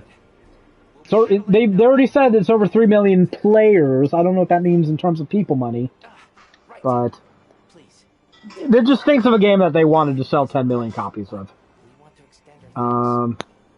So I'm sure we'll be hearing the, it didn't meet sales expectations fucking run around soon enough. So this gets some money, whether the game is good or not. Or I should say, whether the game sells well or not. Ubisoft probably have some cash to keep going for a little while, at least another round of its big 3 iterations. And if it flops, that doesn't put Ubisoft out of business necessarily. It puts their top brands potentially at risk. I don't know what Ubisoft is worth without Assassin's Creed, Far Cry, and Tom Clancy's. Not much, probably, but it protects little OE Vizgano. So that's the most important thing, is we protect this fucking child predator protector. And looks like that's exactly what this deal does. So Ubisoft can lose all of its IPs that matter, that we've heard about, that sell, that play, but all Ubisoft itself is going to be in the Guillemot family for the foreseeable future. Alright, now we're on to the Nintendo Direct, and this is where the big news is. The big news. The most important takeaway from this Nintendo Direct is it sucked. It didn't have any Fire Emblem. It's a complete waste of everyone's time. On the other hand, it didn't have Silk Song either, so I'm kind of amused by that. Every fucking Direct, Silk Song. We're gonna see Silk Song. You're not! At this point, I expect them to just announce that the game is coming out in like 2 weeks on Twitter or some shit. Square Enix has announced Saga Frontier 2 Remastered for PlayStation 5 and PlayStation 4 via the PlayStation Store, Switch, and Nintendo eShop. PC, Steam, and iOS app via the the App Store, and Android via Google Play. It's on everything. And you know the best games are available on iOS, so this is going to be a real banger. It's available now for $30. I'm back. Saga Frontier. That's all there is. Saga Frontier. I got a silver Gravios. That's worthless. Is somebody mowing? Is she out there mowing my fucking lawn? Did Rebecca go and Yeah, in she the middle started of the mowing. podcast and started mowing? Yeah. Okay. She was complaining about not being able to mow yesterday when she really wanted to. So, okay. Hey, remember when Rebecca used to join the podcast? Yeah, Pepperidge Farm remembers. I guess she just got a bug up her ass and decided to start mow. Okay. I just hear the mower out there. I'm like, fuck. Grass isn't that bad yet, but I guess she's trying to beat the storm. Should have done an hour earlier if she was going to beat the storm. So far, it's only rained a little bit. Do you care about Saga Frontier 2, Greg? Kinda. I Well, you kind of should. skipped it when I was young, so sure. I mean, thought this was a Fire Emblem If announcement. I have all the time ever, I'll play it. Because it just started out the little trailer with like a generic ass sword sticking in a rock, and I'm like, yeah, it's a generic ass sword. That's got to be Fire Emblem. But no, it was this shit instead. That's a good guess. Publisher Bandai Namco, in cooperation with Sony Interactive Entertainment and developer SAS, have announced Patapon 1+2 Replay for PlayStation 5, Switch, and PC via Steam, but will launch on July 11th worldwide. I like these games, even though I suck at them and haven't made it very far into them. I don't know why They're cute little games for sure. I don't know why this needed to be on PlayStation. We already got, I think, 1 and 2 on PlayStation, but this is PlayStation 5, not PlayStation 4. Yeah, I was gonna say they're on PS4. Of course. Yeah, I like. Is it normal for monsters to It's kind of scummy if they're making people rebuy this instead of just like releasing a patch that allows you to transfer it to PlayStation 5 and as the new upgrades. Well, the weird thing is that these versions are Where were they? being published by Namco Bandai or whatever. So it's a different publisher? Yeah. That's weird. So I guess we're not going to see a patch on the PS4 versions to add these new features. But I still worry. Oh, Probably. wow. Yeah. For some, this is You're right to. the third Sony IP that's been on multiple platforms and published by Bandai Namco. This guy's shirt texture is dire. The Dire! first one was a game called Freedom Wars, which is a Monster Hunter-like game. I heard of that. This one, Patapon. And then there is another one that was in a little later in the direct.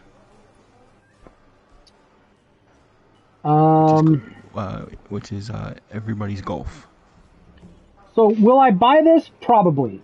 Like if I can get it cheap for the Switch, it seems like it'd be a nice little game to have on the Switch. Will I buy it again on PlayStation 5 when it's super cheap? If they have a physical version. Yeah, if they have a physical version. That's contingent on. Yeah, I'm not buying it on the Switch without a physical version, but I'd like to have a nice little cartridge. For some reason, I don't know why they never remastered the third game. Maybe it's coming. They need to put all 4 of them out. Is what they need to do. 4 of them? Yeah, I'm pretty sure. I'm not gonna lie. I'm not gonna pretend to be better than I am. I can play these games okay if I have a headset, but I'm bad at these. I'm a white boy. I don't have any fucking rhythm. I'm very interested in the easy mode, so that might convince me to play it on PlayStation 5. Cause I lose the beat every time they go into frenzy mode. I can't keep track of it anymore. So I always fail when I get into frenzy mode, and I don't know. You get into fever mode after like 3 or 4 chains. You're supposed to be doing like 60 chains. It's number 10 is when you hit that. Dude over here looks like motherfucking Spawn. And of course my Cycrit stands right on top of him. Actually, the third game is on PSN, but it's an emulated version. What man would want you now? In my opinion, the biggest news of the show, and everyone's going to disagree because they're wrong. Atlas, we heard that they were doing Devil Summoner, and they kind of are, but it wasn't the Devil Summoner remasters I wanted. It was a game that I didn't even know existed, but whatever. Atlas has announced Raidu Remastered, Mystery of the Soulless Army, a remastered version of Devil Summoner Raidu Kazuna versus the Soulless Army for PlayStation 5 Xbox Series, PlayStation 4, Xbox One, Switch, and PC via Steam. Launched on the 19th for $50. Pre-orders are available now. I don't know why they're calling this a remaster, because they changed a lot. Fully voice acted, new models, new environments, about 50% more new monsters. You can have 2 monsters fight with you in combat now instead of 1. You can do... You're gonna have Raidu learn elemental attacks, shit like that. They inherited like the battle system from the second game, I think I heard too. Yeah, something like that. Okay, we got another fight. 2 tempered monsters.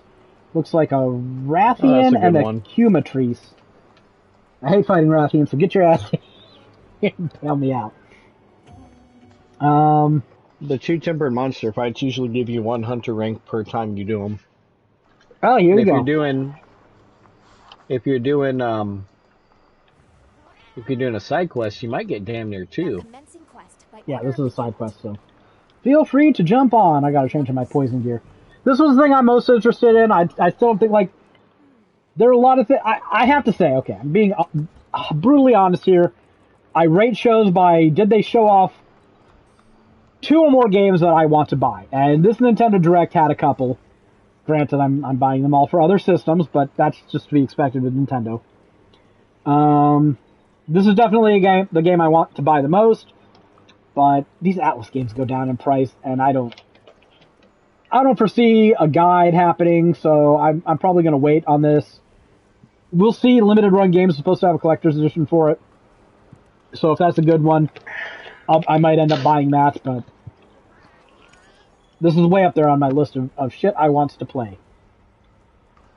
Marvelous has announced Story of Seasons Grand Bazaar, a reimagining of Harvest Moon DS Grand Bazaar for Switch and PC via Steam. It will launch on August 27th worldwide. Graphics look like ass, but it comes with a sheep plush. Yeah, they're getting me again, aren't they? These games also go on sale, so I think I'm gonna wait for a sale on it.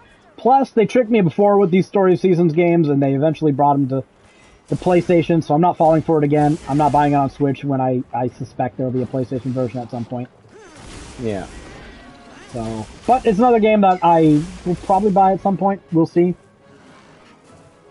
Publisher Square Enix and developer Art D-Link Corporation have released the first trailer and screenshots for Dragon Quest 1 and 2 HD Remake. I love Dragon Quest. I'm buying 1 and 2 Remake. I'm probably buying them new. This had no reason being on the show. It showed off a few things we haven't seen before, but it wasn't a comprehensive view of it. It was really just, oh, hey, look, it looks like the same graphics of the third game, which what everyone expected. Cool. I guess there's a chick character in one of them now, but nothing was really... These didn't have a reason to exist. There was always a chick character in Dragon Quest 2. No, it's not that one. I think she's in Dragon Quest 1 now. I don't know if you're going to get a party or anything, but I only saw one character in the game she was talking to, so I'm assuming it's the first game. I was wondering how they were going to do the first game, if they'd change anything, considering it's so bare bones. So bare bones, but we'll see. Like, they showed off nothing here. Nothing. Just had no reason to exist. Unless you somehow missed that these games were happening at all, which I guess this appeals to the I live under a rock constituents of gamers.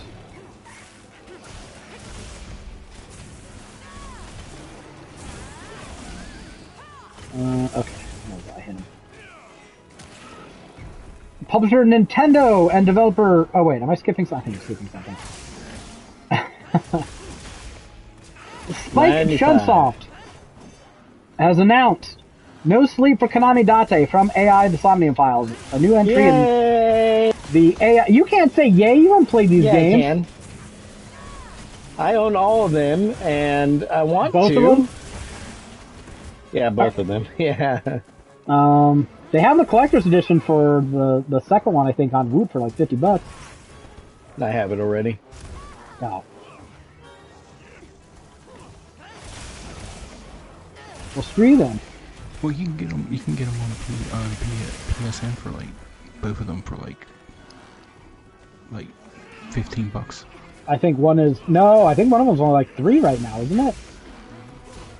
Yeah, I haven't played them, but they seem right up my alley with the detective and the Spike Chunsoft and the like visual novel. I would so far as say that if you're a fan of Danganronpa or Rain Archives, you're probably like this. Well, it will launch for Switch and PC via Steam in July 25th, 2025, so no PS5 port yet, but again, I think they did this with the second game where it came to PlayStation 5 later.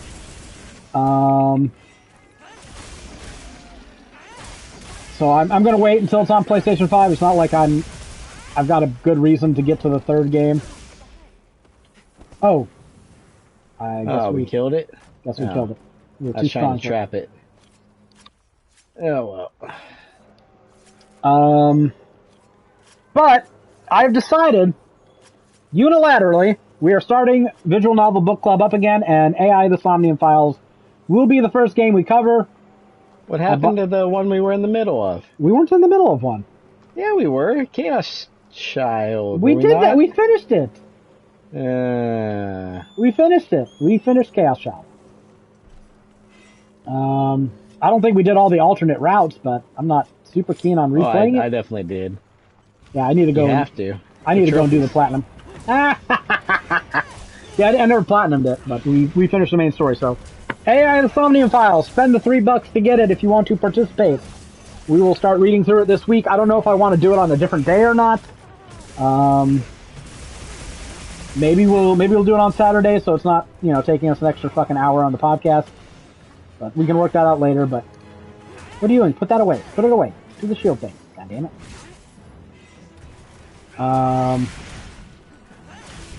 But yeah, I've got it installed and ready to go. I was going to try to read it, but I did some more work instead. Read some of it. So I haven't even booted it yet, but it's going to happen. We need to bring this back. We've been talking about it forever. It's just time to go. So if you want to participate, read some AI, the Somnium Files, play through the first bit of it. I don't know when to stop, but hopefully they have chapters or something. We'll figure something out. Publisher Nintendo and developer Retro Studios have released a new trailer for Metroid Prime 4 Beyond as part of today's Nintendo Switch Direct broadcast, as well as new screenshots and official key artwork.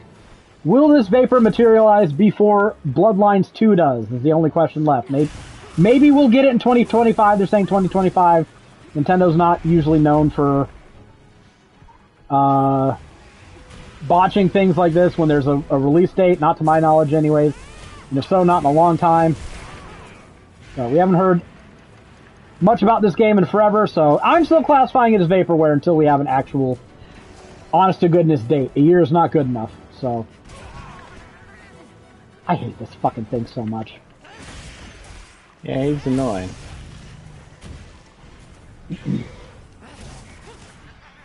It does the worst fucking thing in Monster Hunter, where they count its runs as attacks. Running into me is not an attack. Sure as heck is. Bullshit. Every enemy that does that is a piece of shit.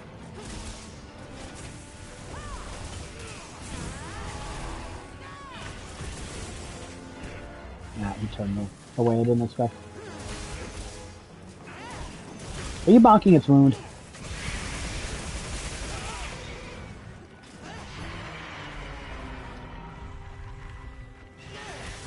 I'm not a Metroid connoisseur, but this looks like every Metroid game I've ever seen, so.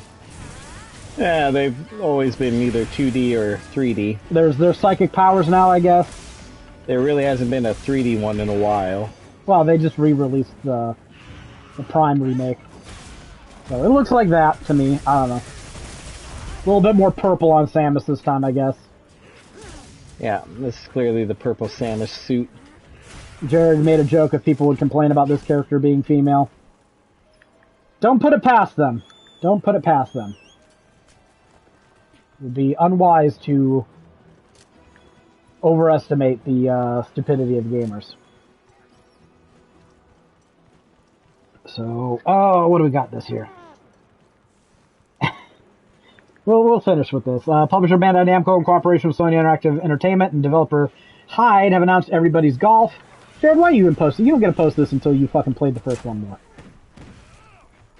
Sat there and you juiced it up and then you didn't even fucking play it. What? The first Everybody's Golf. You didn't even play that one. Played the Hot Shots Golf games on PS1. Everybody's Golf. They're the same thing. I played like 10 hours of the PS4 one. No. That's not enough. You know better. It will launch for PlayStation 5, Switch, and PC via Steam in 2025. Another Sony-owned IP that was featured in Nintendo Direct. I don't... Trap it. You know what? As long as... Well, that's... Yeah, it's something. I don't have a trap. Let me put one down. All monsters as well. I don't have any of my I didn't trapping expect stuff. it to run away that quick. I'll just wait for it to get to where it's going. It's going to its lair, probably. Yeah, it shouldn't be as injured as... I don't know. No, Maybe- it's ready. Maybe we're just better than we thought we were. I don't know. Publisher Dotemu and Dotemu? I'm going to call them Dotemu because it's funnier that way. And developer Tribute Games have announced arcade-style beat-em-up Marvel Cosmic Invasion for PlayStation 5, Xbox Series, PlayStation 4, Switch, Xbox One, Steam, whatever. It's going to be on everything. Except for phones, I guess. It will launch in 2025. It looks a lot like TMNT Shredder's Revenge, which is editorial Jared added here. Yeah, And honestly, this is great. it looks like it could be a fun podcast game. Because I think it's got up to 4-player multiplayer on it, so... I'm definitely... pretty sure they had like 8-player on Shredder's Revenge. Like, Did it? stupid. Yeah, it's What, stupid. what totals are you... they're- I guess you have, what's it, Casey, whatever, fucking... I think it's 6. I think it might be 6 players. Oh, wow. Well, we only It's have... impressive, whatever it is. We only have 4 at most. Maybe you can get Ryan playing, we get up to 5, but... Oh, I only got, like, half a level that time. I almost got a full level. I guess But I did not. I'm a lot higher of a 100 rank. Publisher Bandai Namco and developer Bandai Namco Forge Digitals, formerly BB Studio, have announced strategy RPG Super Robot Wars Y for PlayStation 5, Switch, and PC via Steam will launch in 2025 worldwide. Jared editorialized his first game in the series that hasn't been localized west for consoles since 2009, which was on the DS. So, if you want those strategy RPGs, here's one for you. There's been various games in the series that have had Asian English releases. Because I imported them. Oh, okay. I see. Like Play Asia stuff. Yeah. There was one recently that had a PC release, but in English, but it didn't have the console. What are you version doing that out came there? Why were you mowing? Well, yeah, but it's been going to rain for the past couple of hours. Why'd you get a bug up your ass? Well, it was wet earlier. Dry. Okay. How much did you mow? Just the front? Part of the side. Oh, okay. Alright. Back Alright. NIS America will release the Legend of Heroes Trails Beyond the Horizon, known as the Legend of Heroes Kai no Kaseki. So that's what they've been referring it to.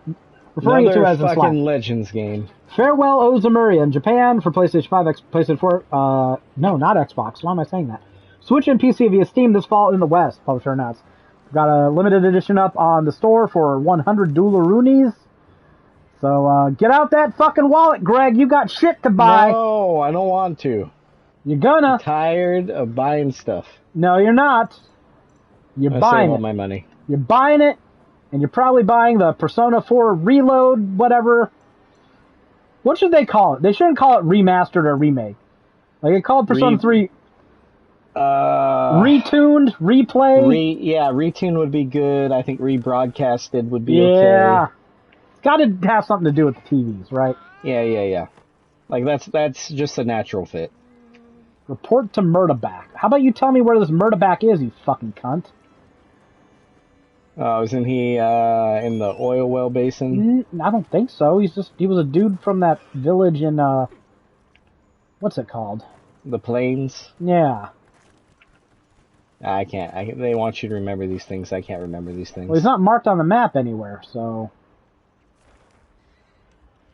Oh, I found a tempered Gyarados with the largest crown. Tempered what? Gyarados. Gravios? No, Gyarados, the Pokemon. I don't know what you're talking about. I already have one of these. Gypsyros. Gypsyros. Oh, okay, yeah. Fuck that thing. You need a large crown? No, I got them both. Alright. And Why can't there because be a small crown? What the fuck? well, I might have some of these. I'll have to go over my list. Some of these I got just by joining games, but some of them I got proper investigations for. Because it's a Nintendo Direct, they got a new console coming. They are just itching. They are burning to do some stupid. And they must have so much stupid planned for the Switch 2 that they had to let a little out. It was like a release valve for stupid here. So they announced their new gimmick for sharing digital games called virtual game cards. So instead of proper game sharing, you can now eject digital games from one device and play them on another.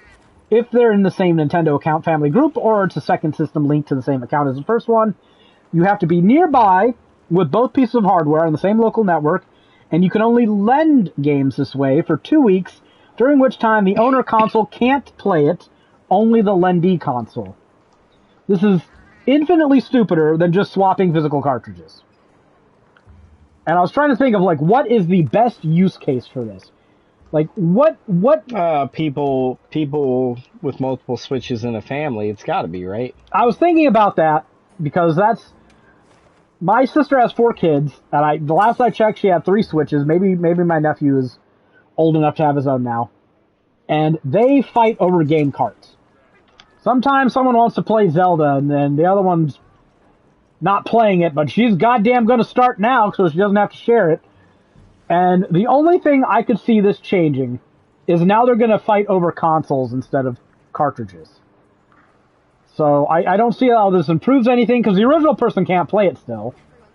So it's not any better than lending a cartridge to somebody. Let's prepare for the next hunt. I don't know. I don't get it. This seems incredibly fucking stupid. They should just do normal game sharing. Like we can do with PlayStation right now or Steam on their family plans. Some people, however, and I haven't seen any reporting to this effect, but some people are worried that this is how Nintendo is going to handle backwards compatibility between the Switch 1 and 2 digitally. Like, you might have to lend a Switch game to the Switch 2 via your old console, and if that is the case, oh my god, this is the dumbest thing Nintendo has done since selling people cardboard. So... I don't know, the cardboard thing still is the stupidest. Well, I can't even say it's that stupid. They sold it, people bought it. So...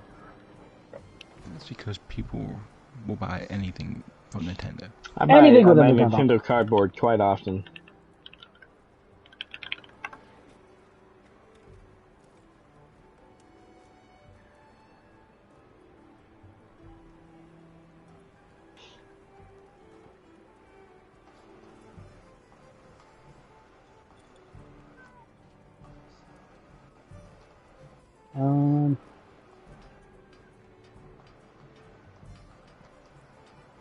Oh, man, I need at least 1 crown. Come on.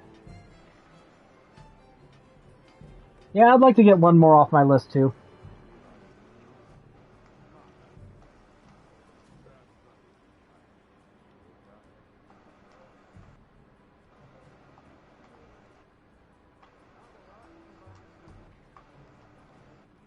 So where is this fucking guy at?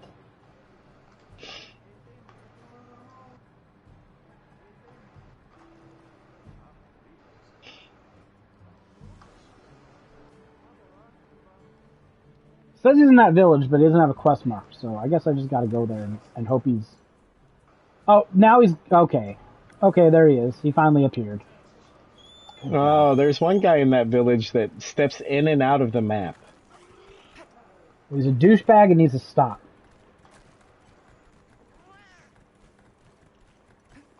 And, you know what? That's actually all the news.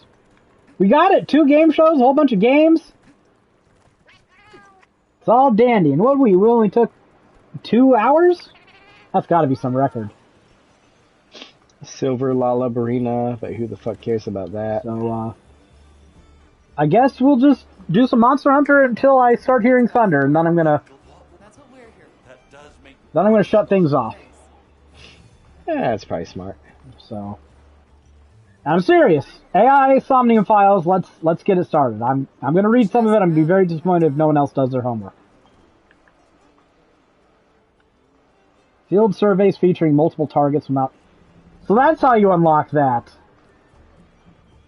I hadn't unlocked that yet. I was wondering how people do multiple enemies on the field survey, but Yeah, you unlock it. I've neglected side quests. I've been focused on other things. I really enjoyed this game. I found a largest Kangala. All right, let me go back to camp, and I can tell you. Do we need that? I don't. Do you? I do. Okay, well, we can do it. I don't care. No, I think I can just attack it and it will make it a quest, and then you can join me, right?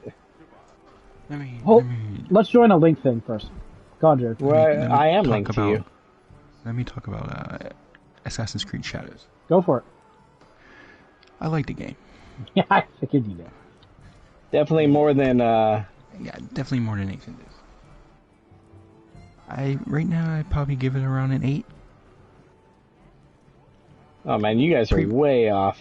Previously I said 8.5, like, what was that, like a week and a half ago maybe? An 8 sounds good. Does it get better? Do they start being more interesting? Oh, you can join my quest you now. You get a little bit of characterization when you go after the quote-unquote romances. Yeah, okay. I've only done one with each character right now. Nowadays, romance that I did was better than Yasuke's. Right. Which Well, I believe apparently... Yasuke's is a non-binary because I think the in-game description describes them as they. So there's a giant fucking cry on Twitter about... apparently Yasuke can fuck some historical figure. What's her name? Nene? Yeah, Lady Nene. Oh, she's from Samurai Warriors, no? Yeah, she's from Samurai Warriors. She's that chick that wears that dress and throws daggers. We know our history on this podcast. I think you can do like a pseudo romance with Lady Oichi too. Oh fuck! So people were sitting there, clutching their fucking pearls on the Twitter machine about how this is so disrespectful to history, and she's like a matriarch, and she's fucking ancestors, some Japanese. Fuck the Japanese royal family, right? They should have been hung for war crimes after World War II.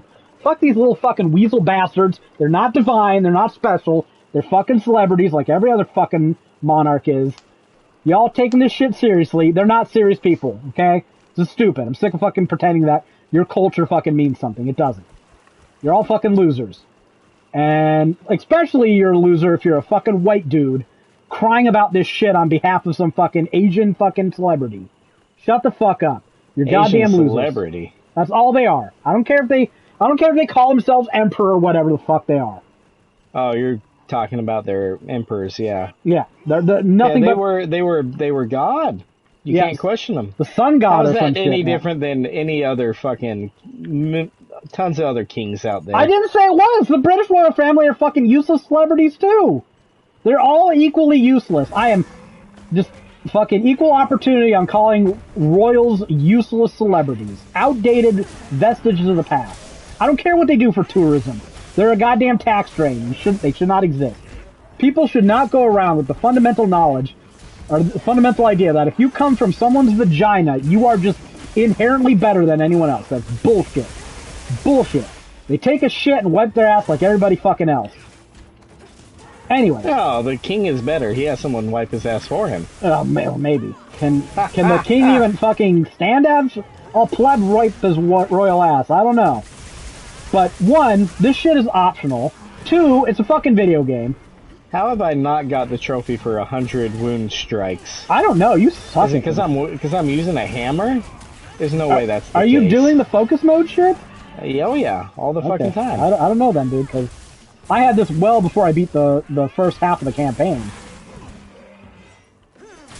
Like, I usually am striking wounds 5+ times a hunt. Easy. Easy. I've done it 3 times this hunt so far. Greg must just be bad at the game. Yeah, I don't. There we go. I don't understand it, honestly. It's not even a bad thing. It's not something you have to do to play the game well. It's just... It's a nice source of damage. It must be me. I don't know. But yeah, the romances are not really. I mean, they're not. You just pick some flirty answers, and they flirt, and at the end you pick the final option, and they kiss, and that's it. Black screen. Oh my god, I can hardly contain myself. Well, the one character with Yasuke, they don't show him grabbing his crotch, but he grabs his crotch, and, they grab his crotch and then kiss and fade to black. Degenerate filth. Do these people honestly think there weren't gay samurai? Like, for 300 years, all these motherfuckers did is write poetry. Like, they were all fucking gay. What are you talking about? Oh, I know. Just ridiculous. Like, and one, this is a choice you made. What is it with conservatives just not being able to avoid the gay choices in games? Like, there's just some compulsion that makes them go, oh god, gayness. Oh, I gotta hit that. They are, man. Fucking closets, all of them. Especially with the stuff that came out with Mark Hunt. Yeah, I just... I don't believe that yet. I don't believe it, but it is really funny. It is really fucking funny. Like, I want to believe it so bad.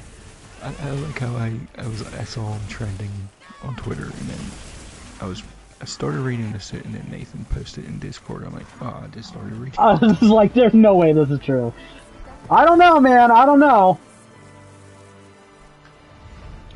Mark Kern apparently, according to some fucking rumors / leaks, runs a bunch of, shall we say, risque websites, and he may have robbed the game development studio that he was working on. Well, no, we know he robbed it. At least he squandered their money, but he may have pocketed 50 grand. So he's fucking scamming his current fucking rubes too. Guy's a con man, okay? Who, Mark Cerny? Mark Kern, not Cerny. Oh, no. I was about to say he's put in his. He's good. Unlike Mark Kern, I can look at something in gaming that Mark Cerny has done and say, this dude actually, he contributed. He built stuff. You're playing on something he helped build. Yeah, I know. But Mark Kern, like, I know he's in the credits for some games I really like Diablo 2. He worked with Sega and did a lot of advancements in like parallax scrolling and all sorts of shit for early Sega games. But Mark Kern or Cerny? Cerny. Okay, we're talking about Kern again. Yeah, it's too close and I don't like it. Well, one's good and one's one is inoffensive. Hasn't done anything I know of. And the other is, yeah. A shitlord. A grifter. He's a scam artist. But, like... Scam artist, shitlord, grifter. I would, usually you can easily pinpoint what somebody has done development-wise in a game. I would love for somebody to point at something in Diablo 2 and say, Mark Kern did this. Because the only thing I know that he's done is write a blurb about fucking not reviving your hardcore characters in the Diablo 2 manual. Well, what can I do for you? And you know what? That was a fucking lie, because they did it anyways. That one guy I always see on YouTube probably did a lot more probably than Mark Kern. I want to know what he's done. What's his name? Is he just a middle manager who fucking tells everyone else to do shit? Because one, if you are, you're not a real game designer. Okay, let's just be honest. You could have done that in any fucking office building. Yeah, agreed. Does gaming need that? Maybe, but I'm not gonna fucking give you praise for the fucking middle management bullshit job you had. You're not an artist. Did you write any scripts? Did you write any code? Did you do any art? Did you do any voice acting even? I I don't even want to give him much credit for the voice acting, because I think Bill Roper did the voice for Diablo, and anyone could have fucking said a sentence and then fucking down-pitched it like he did, so... You know what he said? Not even death can save you from me. So, iconic shit. But you know what? He's not a voice actor. He's just a dude who provided the voice for that. Okay. Let me see what hunts they have here. See if I can get a little something going. Yeah, I mean, I think still my favorite quest in Assassin's Creed Shadows is the Butterfly Collector. That's one of the few I've actually done. It was fine. You said you had to get 20, right? 10. Oh, okay, because I was going to say, I swear I only got 10. Oh, are there event quests I haven't done yet? I mean, there's other one. There's it's part of the main story, but there's his family. They're all like, well, they're all bad guys and stuff like that. And if you go after the father first, two of his children will run away and be spared. But you can go after the children and kill them before going after the father. Greg, we gotta do this quest. It gets us optional gear. I do like that. I've got to have all the craftable stuff. It's against another Rathian though, so it sucks. There's some choices here and there. Now commencing quest. I just found the moment-to-moment gameplay so boring, and there's no reprieve from it. Their talking is boring, the combat's boring, the stealth is boring. It is fucking dreadful. Makes me want to go back and play Valhalla, if anything. I haven't played Valhalla. And I found that one boring too, to be honest. I haven't played Odyssey. Stupid Valhalla. Yeah, Odyssey was pretty good. It's long as fuck, same as Valhalla. Most of these games could be fucking broken with its trophies. That's what pissed me off. Yeah, you beat it though, right? Yeah, but I didn't platinum it. I couldn't. So you're more of an authority on it than any of us are. Is the takeaway? I mean, it's just like Odyssey. It's long as fuck. Yeah, like most of these Origins games could be is clearly where they killed it. Yeah, I still think it's the best Assassin's Creed game, honestly.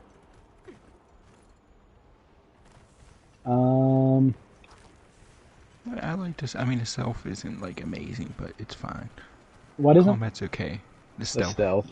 Oh, I mean, it's serviceable, but I've played so many better stealth games. Like, what hurts it is the RPG elements are toned down, and the combat's not as good, and you just don't have access to all the abilities that you used to have. So, the stealth has to be better than it used to be, and it's not.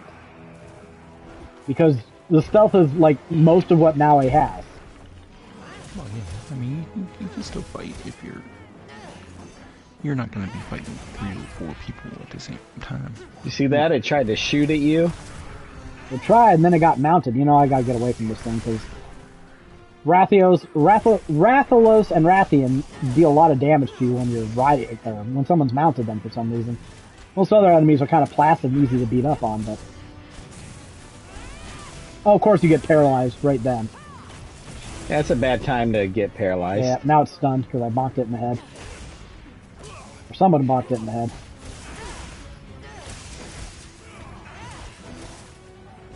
Yeah, like I said, I mean, it's decent that you can do some things differently than, like, there's another group of people you can go after called the Kabuki Mona. Are you still playing off the shared account? I played off my account. No, I'm saying you didn't buy it though. You're using that. No. Okay. Yeah. Well, who else is playing it? Well, yeah, I mean. Yeah, like there's the Kabuki Mona. There's 8, I think, targets. You kill the first 5, then you go after their leaders. You can either group them up into one fight, or you can go after them individually. Is that the main ones that you gotta hunt? No, these are optional ones. Oh, that family? No, these are... Another optional one. Yeah, there's a bunch of optional ones. These are a group of Ronin. Oh, okay, right. I think I accidentally killed a couple of them. Yeah, you can accidentally kill some targets without even knowing who they are. They'll show up. Sometimes they'll show up on your board and say, unknown group. Dude, we're beating the fuck out of this thing, and I'm just kind of on autopilot. Like, I haven't really been focusing that much. Yeah, it does seem like we're giving it a pretty good run for its money. I knew it was going to do that. I don't think it's hurt yet, though. I really like this game. I'm a Monster Hunter fan. I can't sit here and play this like some people do. Like, give me a good month and a half with the game, and let me do all the main content. I'm pretty good. If you want to capture it, I think it's weak enough now. Yeah, I felt pretty There's good skull. after beating Tempered Keaton in Monster Hunter World. I was like, I'm done. No, that was a felt- bridge too far. Yeah. I felt that was definitely the climbing the skill ceiling right there, or at least the grinding ceiling. Like I just want to beat things up with my charge blade. That's really the end of it. Get new armors, beat things up with my charge blade. Yeah, I saw a couple commercials with it for Wilds when my mom was watching TV earlier. It's She's like, good. are you gonna get that game? I'm like, Really? Because I'm like, well, you know what? It's late to jump onto this one. We're getting pretty close to done with it in terms of podcast, but I wouldn't mind playing Rise on the podcast sometime. Just jump from one right to the other. I don't know about that. No, there needs to be a break, but if you buy Rise at some point, that'll be a podcast game. I have Rise. Yeah, I do too. I know it goes on sale for like $10. Yeah, so I'm not. It's not that big of a commitment on that one. Oh, Grums is trending now. Yeah, that's why I clicked on it. I didn't see him I saw trend. that stuff. Grums. That's Mark Kern. That's his internet handle.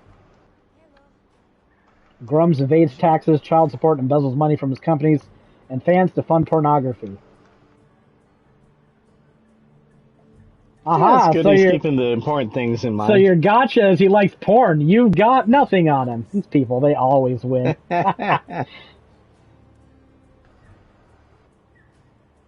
Grums runs a lesbian fight fetish ring.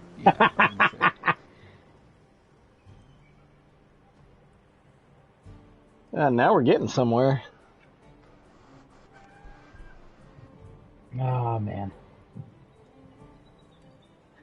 Listen up, liberal. Scat porn.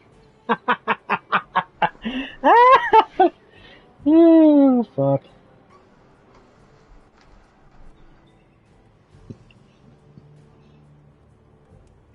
Does anything but work on his game, spends his days complaining about the haters on a social media website, has a history as a sexual deviant, has been working on a game for years and has made no full game, only demos. Welcome back to Yandere, Dev. Well, what can I do for you? Drag his ass. This guy's such a fucking idiot. Got something in mind? Who was it? Some fucking... I can't remember who it was. Somebody got caught following a black porn star In mind? escort. I can't remember who the fuck it was. A porn star escort. Huh. Yeah, you can do both. You can do both. Yeah, why not? They're two different things. It was like they're two different things, but yeah, they're kind of related. Just depends if the camera's on or not. I can't remember who it was, but some fucking conservative, of course. And it's... How much of a loser do you gotta be, honestly, to fucking follow a porn star on social media? Like... I mean, they're still people, Nathan. I just followed her for the articles. Come on. I will admit, all right, I was in communication with a porn star back in the Gamergate days. I can't remember what her name was. Fuck, Rebecca probably. What? knows. We want names. She got she got into an argument with a former Minnesota Vikings kicker called Chris Clue, I think. And I watched a clip. She was on like the Pac-Man show, arguing with him. And this is when I was like, as close as I ever got to my fucking like little loser Gamergate phase. And I was like, yeah, she actually made pretty good arguments there. What was her fucking name? And I remember talking to her I talked to her on Twitter. I think she DM'd me, and she was like talking about Trump getting elected. Like she didn't trust Trump getting elected.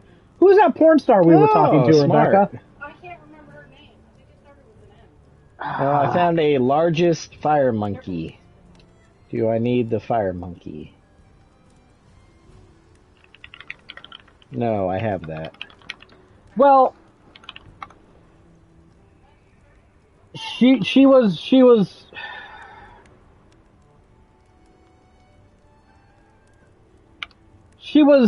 thinking Trump was like a Democratic plant because there's no way he could win, right? Obviously the media's promoting him to fucking throw the race to Hillary, right?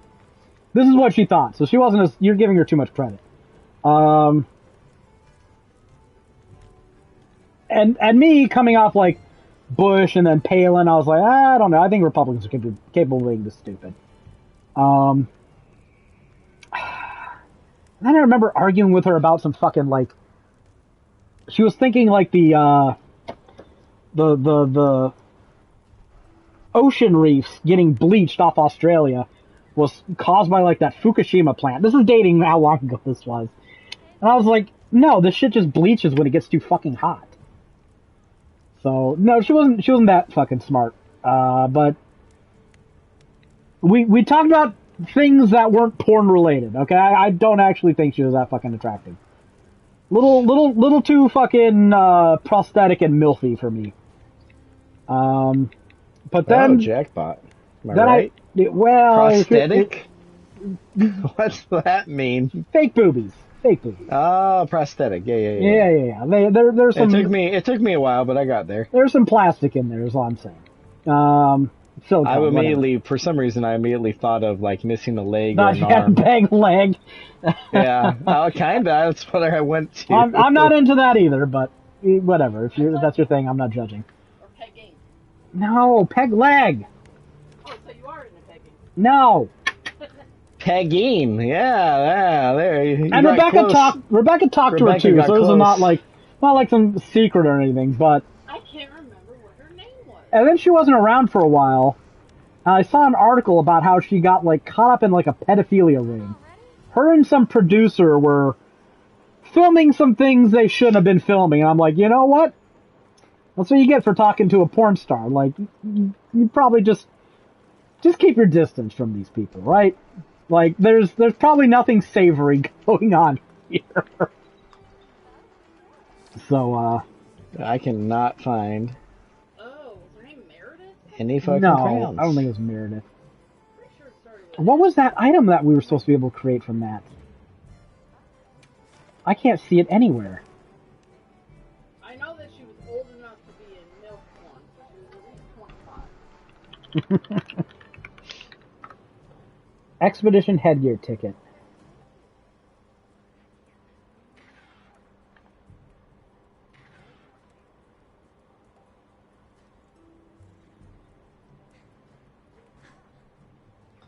Oh, there's a silver crown. Why even have silver crowns? Why does Fextra exist as a site? What is it? What does it do?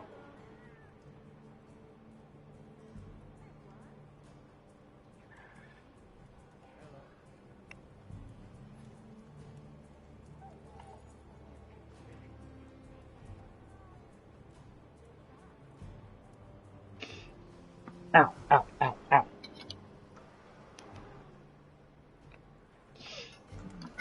So is this just...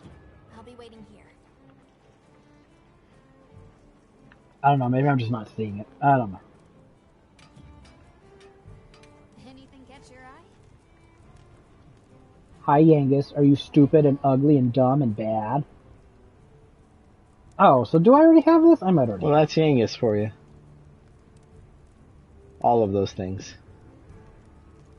Rebecca's like, oh, but he loves you so much. Yeah. Good. Look at that dumb thing. He loves me more than he should. That's probably true. 3 Hirabini hanging out with each other. All dare. of them worthless.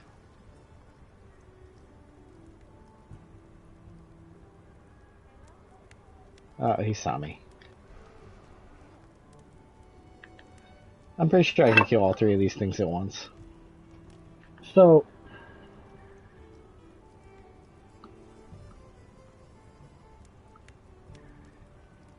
okay, apparently this doesn't allow you to hunt anything new. Oh, it's so funny that Grumps is trending for this. That's so fucking funny. Later. Alright, let's see if there's any monsters that I want to hunt. You're done doing side quests? No, probably not. I just want to pause every once in a while and see if anything has crowns, especially things I need. The ones that... Yeah, see if you got investigation crowns for me. I probably got a bunch. I was gonna say, the ones that give you those power charms and defense charms, those are in Suja, the Peaks of Accord. Oh, okay. Well, I was going to So I work my should- way through things alphabetically, so... or not, Oh yeah, but if you wanted to get them sooner rather than later. that's probably the way to go. Right, Quebeca?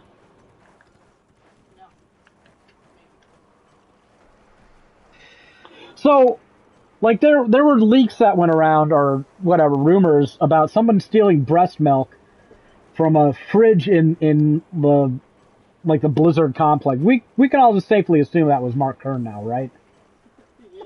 Because if you're running, like, lesbian fetish websites and fucking scat porn, you're probably not above stealing someone's breast milk. No. Scat porn, really? I haven't seen any confirmation, but that's what people are memeing about. Yeah, that's got to be the one you believe the least, right? Scat porn? No. No? The guy's full of shit. He'd probably feel right at home with scat porn.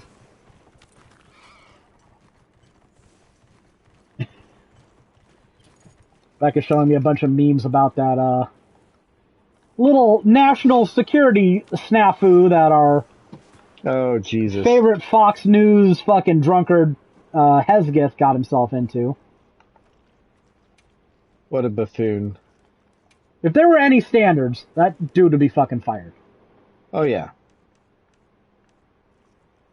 Okay, so that's how you... Okay. Anyone in any military position would have been just bent over the barrel, probably no longer have a clearance. But hey, there's Trump administration. No one has any fucking standards anymore.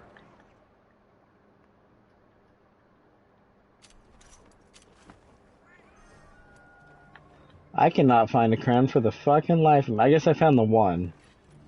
Sometimes you just That's gotta something. rest and fast forward time and then try again. And it's a real pain. I got sick of doing that and just started joining every random quest that had a monster that I didn't have, and that's more time consuming. Does that but work? it can. You don't know why they posted that hunt. Does it work often? No. But at least you're working on other objectives while that happens. So that's how I got most of these trophies in this game. AI Sonium files downloaded. Apparently I've had it on my external for a while now, so... Rebecca, we're doing AI the Somnium files for Visual Novel Book Club.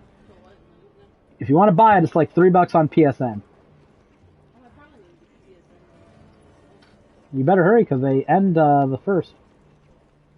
Yeah, that's got Dragon Age Veilguard on it. You want to get that shit. Stop playing your little browser game and get on... I'm playing your little browser game. Wait, did you give yourself 2 burritos? Huh? Did you give yourself 2 burritos? 3. 3? Yeah. You can stand eating 3 of those? Yeah. Yeah, no, I'm just, that's a lot of grease. I don't know. Look, I'm a big fat fuck. I can eat some grease, but after a while, like, if you're eating those sour cream and onion chips, you can eat a couple handfuls of those, then it's like, oh my fucking god. Maybe it's just me. I don't have an iron gut to stand. I can stomach a lot of shit, but not that. I made shepherd's pie tonight. Ooh, I'm making very chili. nice. Put some chili on right before I got into the party with Greg. Tempered New Udra. I'm gonna hunt him. 1 out of 4 people 11 minutes ago. Oh, do I still need a new Udra crown? I probably should have checked. 14 gigs is what AI summoning files is. Really? Let me go look this shit up. I should see if there's any missable trophies. I was looking that up right now. 15 hours with tech skip, 30 without. Missable trophies, none. All fragments are replayable. 2 out of 10 difficulty. Oh boy! This is like a nice easy little sounds platinum promising. here. So, can I actually get anything out of this? Am I wasting my time? No, I can get a giant crown out of it. In theory. If it has one. Oh, am I wearing the wrong gear for this? I might be wearing the wrong gear for this. The hunter is named Mojo, and his pet is named Limojo. Creative, I guess? I named mine Meowser. And then you didn't play!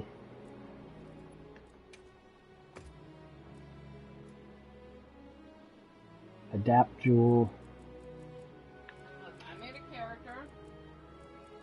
So I played. Uh-huh.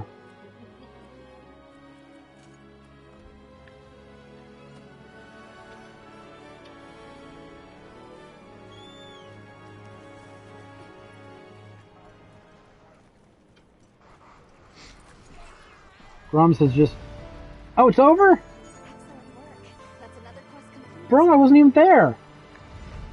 Grums has just openly admitted it's all true with this tweet. This dumb fuck should have stayed quiet, but he didn't. Decided that his ego was too big. And he fucked himself. Blah, blah, blah. Was right all along about this creepy... I don't know about that. He was asking how someone got the password. Which, yeah... That's not... How did you... That's how you... How did you find out? Not that's not true. I'll admit, but... I mean, honestly, I'd rather they just admit it. Because you look like an asshole. You lie. And then Oh, right. One good thing about... throw the receipt. One good thing about Assassin's Creed Shadows is the Assassin's Creed account was fucking ratioing Grums and Elon Musk. Just talking some mad shit. It was fucking funny. Well, they did one thing good thing, and then they fucking retweeted power picks. Yeah, well, you know. Like, here, follow this guy. At least it wasn't Fextra. Yeah, I mean, power picks is... Power picks will get you a platinum in most cases. Most cases, if they're not wrong about shit. Fextra won't even get you through a quest most of the time. There are fucking levels, okay?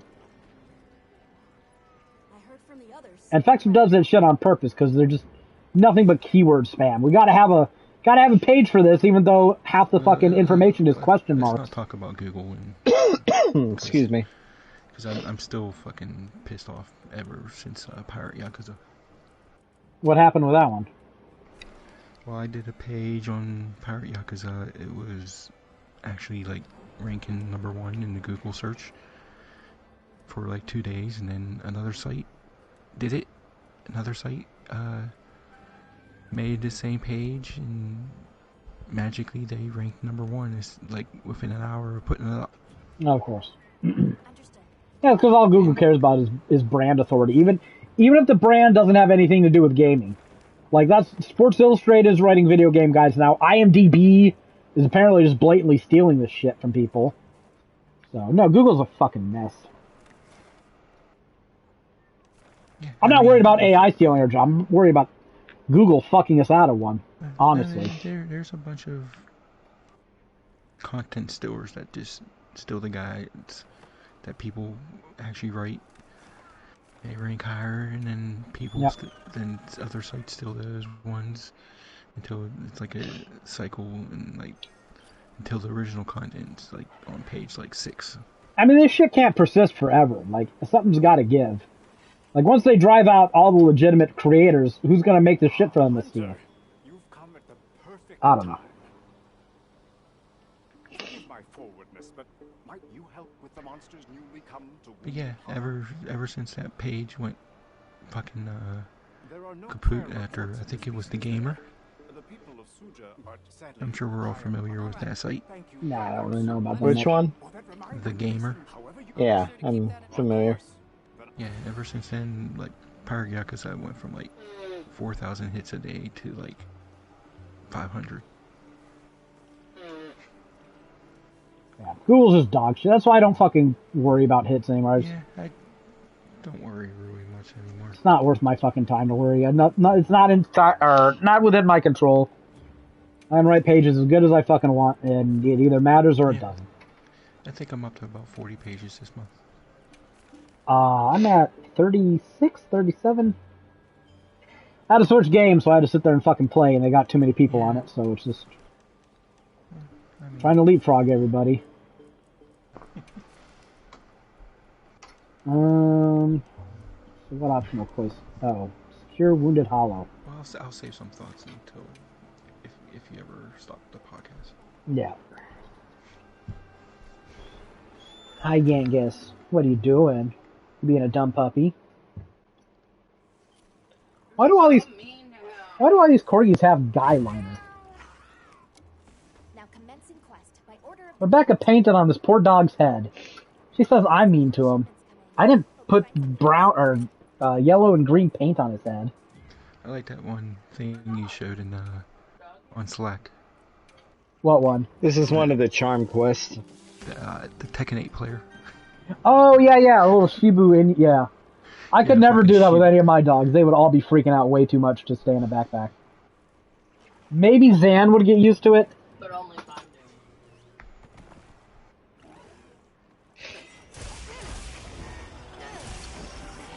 doing I hate these things.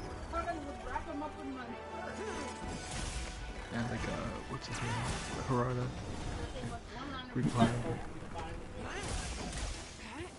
Zan would be chill. Yeah, Zan would be chill. He'd sniff at things. You'd have to keep food away from him because he'd snatch it if he got half a chance. But I think he'd be okay.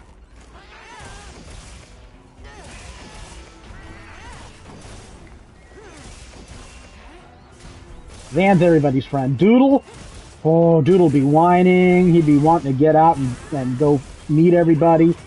He'd be,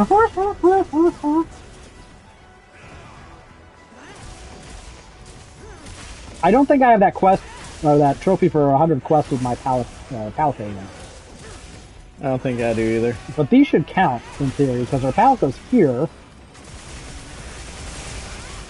Otherwise, I'm just doing a bunch of those little investigate, like, kill 5 bugs, you know?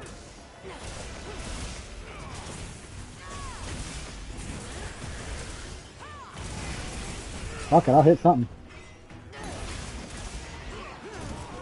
No, I got knocked down.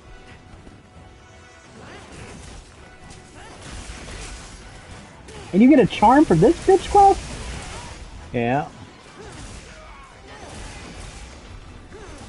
These guys are bitches too, make no mistake. You say so.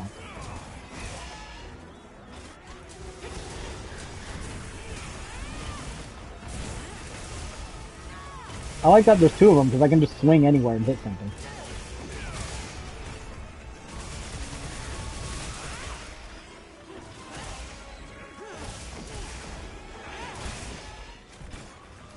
So how many more crowns do you actually need?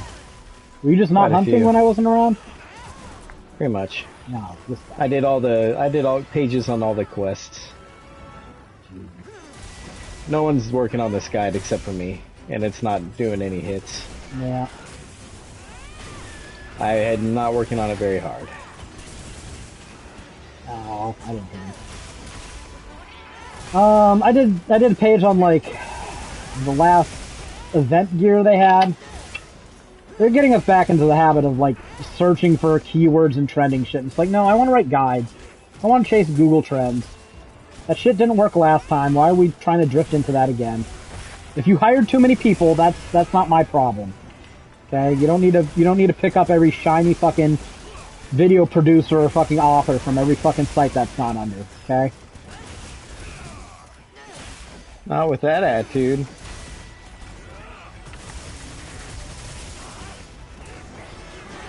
You saved those wounds for me, sir. You have that trophy.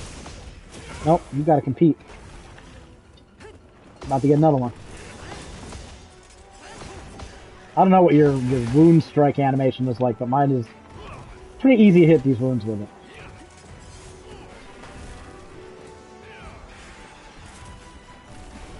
Oh, he's going after you. Oh, how did that count? That shouldn't have counted. I wasn't even trying to do that. Oh, I'll take it back. Yeah, what are you complaining about? I slid down a slope and some stupid thing mounted the monster. Yeah, I saw that. That was something else. That was not intentional.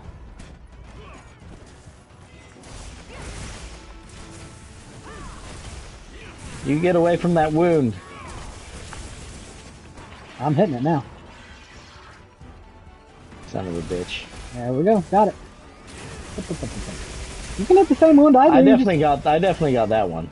Yeah, you can hit the same wound I do. You just got to get it before the animation ends. Let's loot these fuckers. That was easy as cake. Yeah, I told you these things are easy as hell.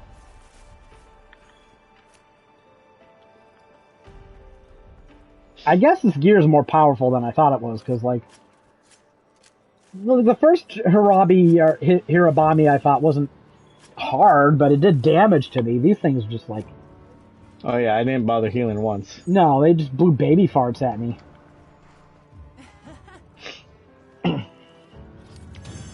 I did put Demon Drug on us. Oh, okay.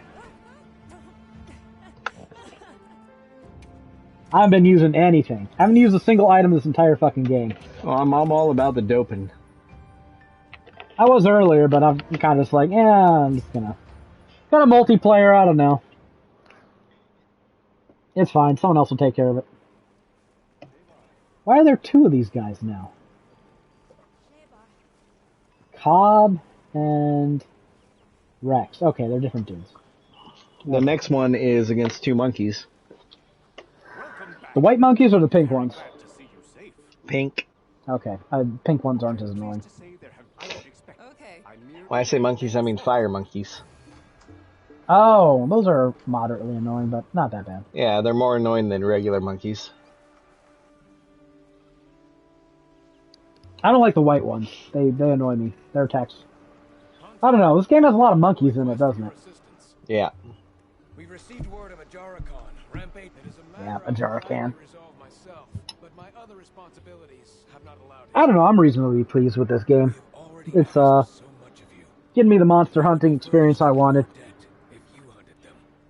Becca's going shopping sometime soon, so I guess she wanted these frozen burritos out of the freezer Hearing that, so she could buy more frozen burritos. then take care. And again, my apologies. Still half a bag. I didn't really need to be. Well, I'm also hungry and don't want to make it. You don't have to. I made chili. Too bad. I don't want to. I thought we were having what is it? Chili brats? Cheese brats? Not right now. We had hot dogs earlier. Well, yeah, but that was it's like 10 hours ago. I don't want to have hot dogs and brats in the same day. Like, Well, you said it. I didn't say it. no, I asked you which one you wanted. You said I don't care, and then like 5 minutes later you said after I've already opened. I the was hot dog- joking. Yeah, I'm saying. I was joking because I knew you picked are- hot dogs. You are obviously fucking thinking about that as though I said it. I don't think so. I remember you saying. Not We can have the other ones later. Well, now I want to dip brats in chili. Yeah. Yeah. Well, she was fucking bad. Apparently. People from Azu's told me to tell you they said hello. See, second wave feminism came in the 1970s, and now I can't even get a woman to make brats so I can dip in my chili. I made you goddamn hot I can dogs help this you source morning, materials. and I just gave you a frozen burrito. Shut your fucking pothole.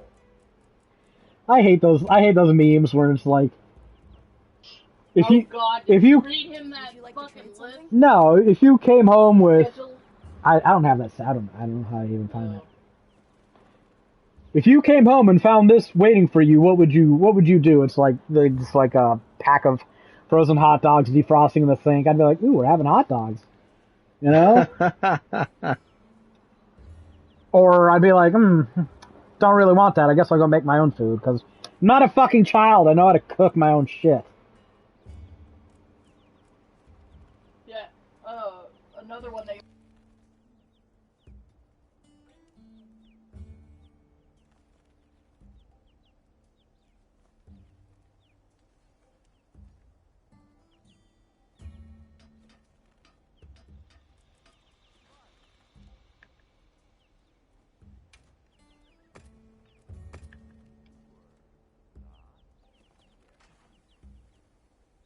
Have to do anything, and my wife took the time to actually make me something to eat, so I would be grateful because she doesn't have to do that.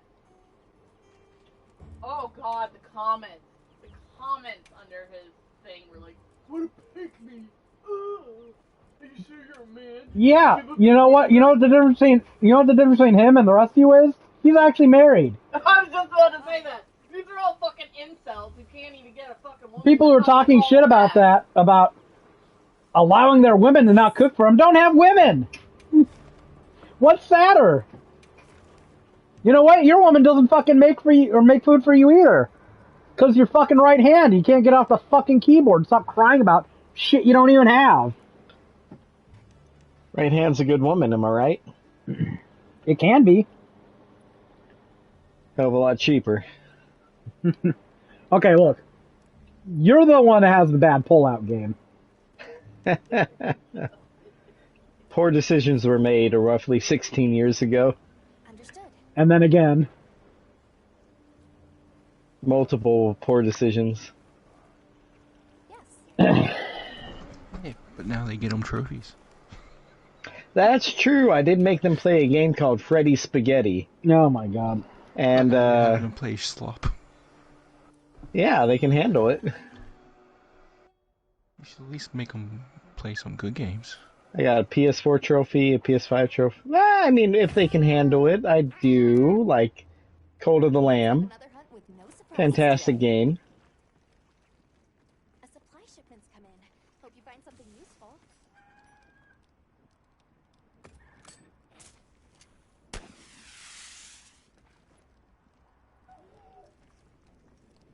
Yeah, I did buy some digital games. I bought the second this Omnium Files game. Oh, what was that one called? Nirvana. Nirvana Initiative. That's Yeah, I bought that one too. Yeah, Rebecca, I don't see you on PSN.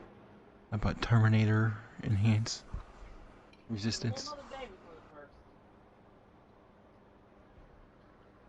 I think I have that one too. Yeah, apparently you can. They're the PS4 and PS5 versions are separate. And the PS4 version was cheaper, so I bought that one.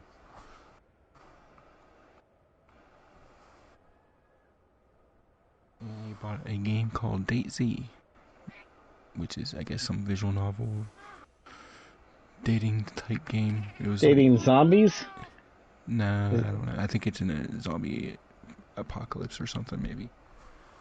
It was like $2.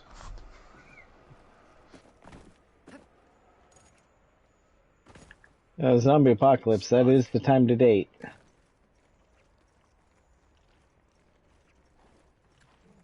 So, there's a demo of a game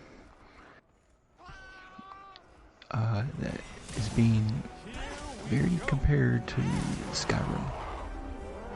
Really? It's called Tainted Grail Fall of Avalon. The demo is on PS5 now. Interesting.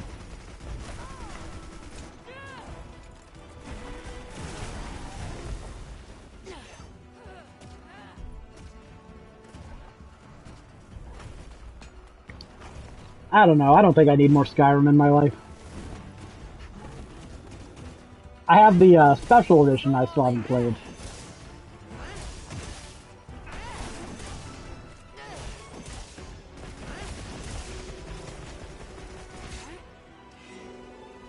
Trying to eat this burrito here and hunt and it's not working out so well.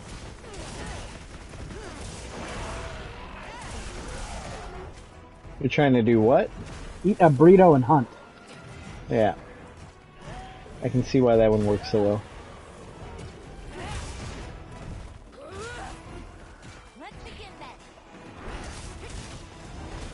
So when do you think you're gonna go shopping, Rebecca? Hit it with everything.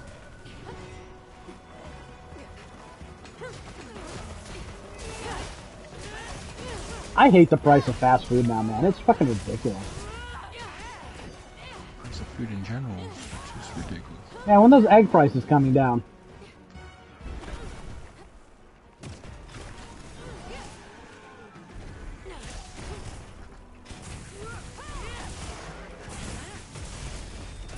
Oh, I hate that attack so much.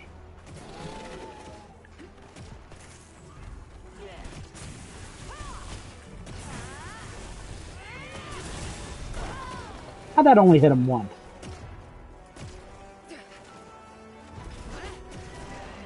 There's still $5 it does in here.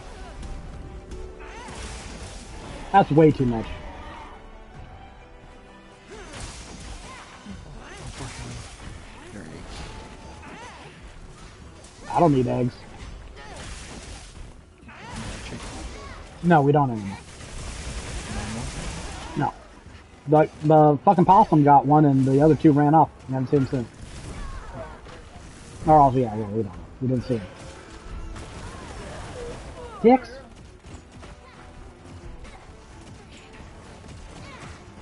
Well, I cook a lot. Unfortunately, I need eggs. I don't use them too much.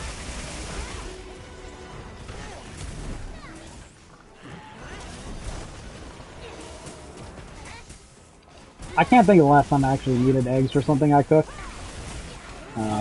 Unless I'm making scrambled eggs, and then, yeah. Oh. When you bread something, you need egg. Yeah, I don't do that. You put way more effort into your meals than I do. I made shepherd's pie for dinner tonight, so that should say something. Yeah. I made chili. You know I made chili? I opened a can of chili. I opened a can of chili beans. I opened a can of kidney beans. Way too much work. Opened a can of black beans. Opened a can of tomato sauce. That's my chili. Put it all in. Pepper, black pepper, red pepper, onion, chili powder because the tomato sauce doesn't have chili in it, so yeah, it needs to be chiliified a bit. And I think I added some seasonal salt in there. What else did I add to that? Oh, I also add some of that like liquid smoke shit. I like the flavor it gives to things. When I make chili, it ain't that much more complicated. I mean, you probably start out with like ground beef. Yeah, ground beef. I'm used to meat. I just use whatever meat comes in those cans. That's good enough. I can't eat that stuff already. Well, when you mix it with 4 different types of beans. I don't like beans in my chili either. What? Oh, you're one of those freaks. Oh, yeah. No beans in my chili. It ain't real chili without beans in it. I don't know, I just don't like the texture of the beans in the chili. No, he didn't say that. He said he doesn't like the texture of beans in chili. I ain't gonna complain about that. I'm the most fucking prissy motherfucker when it comes to texture.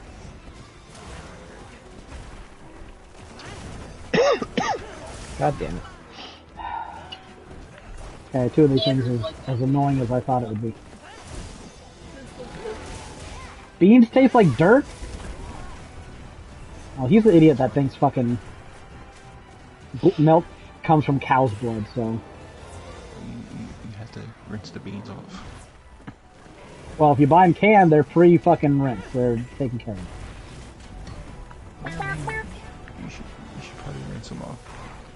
If they're in a can. They come in fluid, they're fine. You just strain them and they're good.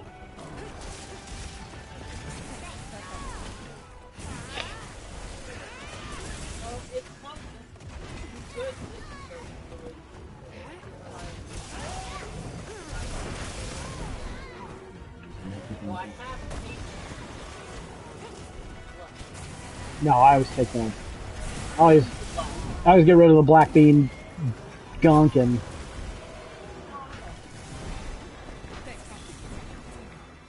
I put stewed meat, ground beef, onion, and green peppers in my chili. No, I don't deal with peppers and onions.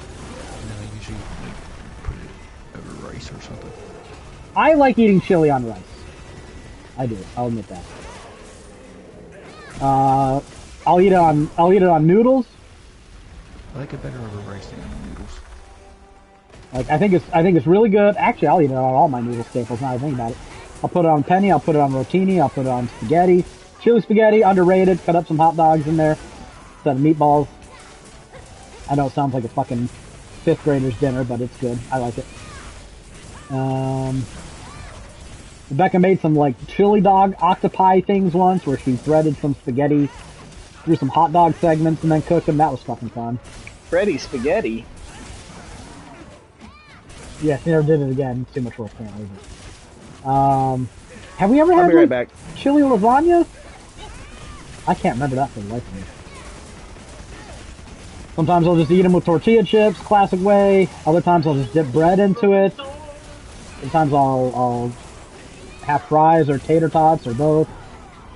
All kinds of ways to eat chili. Chili's just a staple. That's why I make it like every other week. Tater tots and put some cheese, melt some cheese on top of it. Yep. Almost always have a pot of chili and or a pot of spaghetti in the fridge. Spaghetti sauce, I should say. Can go on anything. So I could live off that. I just alternate between the two of them, have maybe something else in the middle. Maybe someday I just want a fucking sandwich on a sandwich roll with some French onion chips on top of it. Whatever.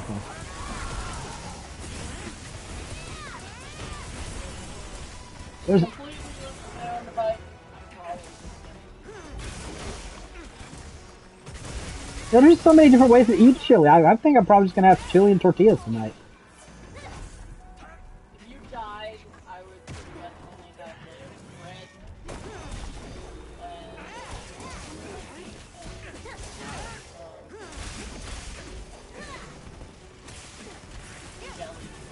Oh my god, Rebecca, when she first came down here, I introduced her to the glory of Tostitos cheese dip, which wasn't something I ate very often, but it's always nice to have with tortillas, you know. Sometimes you're feeling really adventurous, you pour some of that on your tacos, whatever it's called. And she was like one of those fucking Ethiopian kids who just had calories the first time when she ate it. She was instantly addicted, and she was sitting there, ate a whole fucking jar of that shit. And then I find out that it became one of her staples when she went up to Pennsylvania. She would buy it and eat it with shit. Your staples are weird.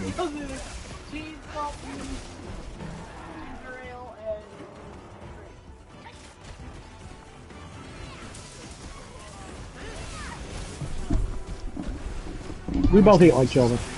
I like hamburgers. I could probably eat a hamburger every day. Hamburgers? Yeah, hamburgers are good old. Well, hamburger or cheeseburger?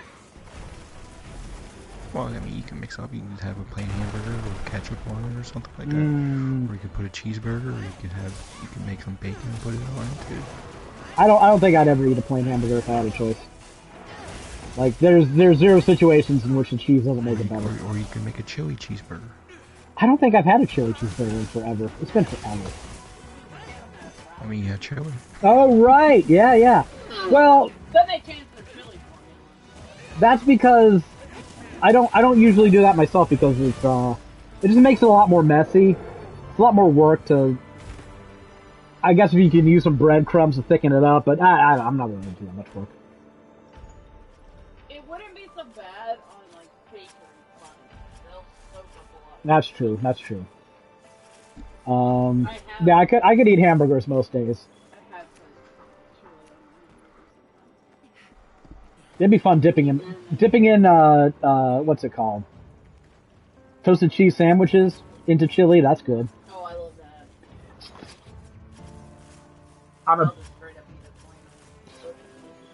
I'm a big fan of potatoes. I don't really like baked potatoes, but I'm really big fan of mashed potatoes, and I like to put that on things, eat it with things. But Baked potatoes are excellent. I don't like them. I'm back. I like both. Potatoes of all kinds, really. I tried to have chili on top of mashed potatoes, and it didn't work. Didn't work. I don't know why. I thought it would. I thought it was a slam dunk. It works on fries. Works on fries. Works on tots. It works on a baked potato. You probably didn't have enough salt in your potatoes and black pepper, and you probably needed to add cheese. I don't know. I don't know. It just wasn't. I ate it. It wasn't so bad I couldn't, but they didn't For some mesh reason, well. I just don't think chili cheese dogs. I mean, chili like hot dogs is good. You don't think chili on hot dogs is good? It doesn't taste like anything to me. Really? Chili is. Like I make my own sloppy joes. I love that on hot dog. That was good on hot dog. I don't like sloppy joes. I love Yeah. Rebecca loves sloppy joes. She's in sloppy joe purgatory because I don't like them, so she doesn't buy them for herself much. Well, I make my own. I have a recipe. I'll buy the stuff to make them, and then I don't make them. It's literally just Ground beef and or- seasoning. It always feels like I'm waiting. No.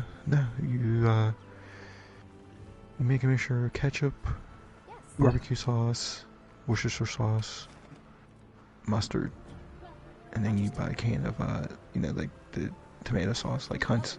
I'm fine. Mm-mm. That's literally all it is. It's really easy. Now what's weird is like I don't like sloppy joes, but if I made like some spaghetti sauce and got it really meaty and put a bunch of cheese in it, I could probably just eat that shit on bread. So just I don't know. I don't make sense. I didn't say I had to make sense. I need to make pizza burgers again. You ate that? Yeah, go make pizza. Go make chili burgers. I don't give a shit. Oh, we don't have stuff to make pizza burgers. Okay, we'll get the stuff. You're going shopping. At some point. I'd have to not tell you. Okay, don't tell me what's. I don't need to know. I'm a child. I'll just. If it tastes good, don't let me know what's in it. And I won't fucking get into problems.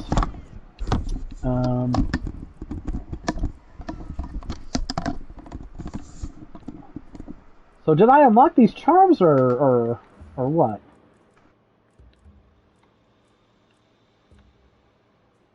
Where are they in the inventory? I didn't pay any I attention. only made them for you once, and you did like. Now if I unlock these charms, I don't know how to find them. They're in your inventory. You gotta go to your camp and put them in your loadout. Okay, I don't know where they are. I don't know where to do that. In your tent. What menu? Transfer items? Yeah. Okay, where are they? I don't know. Find them. Okay, well, I don't know. They look like a little bag. Transfer items, item pouch. Go to your item box. I'm there. They're on the first page for me. Third row. Power charm, armor charm. Oh, there it is. I see him. There we go. Well, you did not put any effort into that, did you? Well, they weren't glowing. I thought they'd be glowing.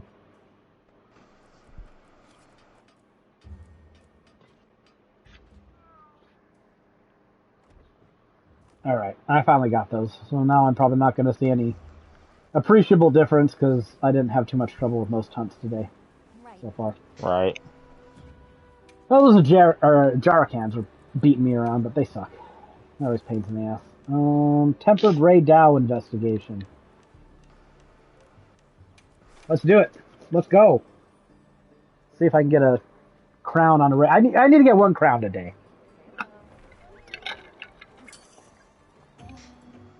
So, any predictions for Switch 2? I'm not gonna watch it.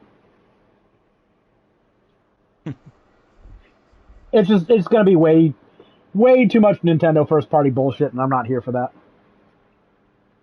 Yeah, I mean, pretty much all we know about it is Mario Kart.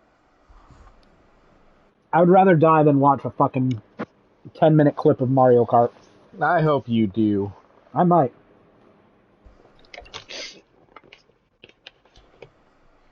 I mean, we have a couple Nintendo diehards in Slack, so... Plus, I don't know why, I always like watching these presentations.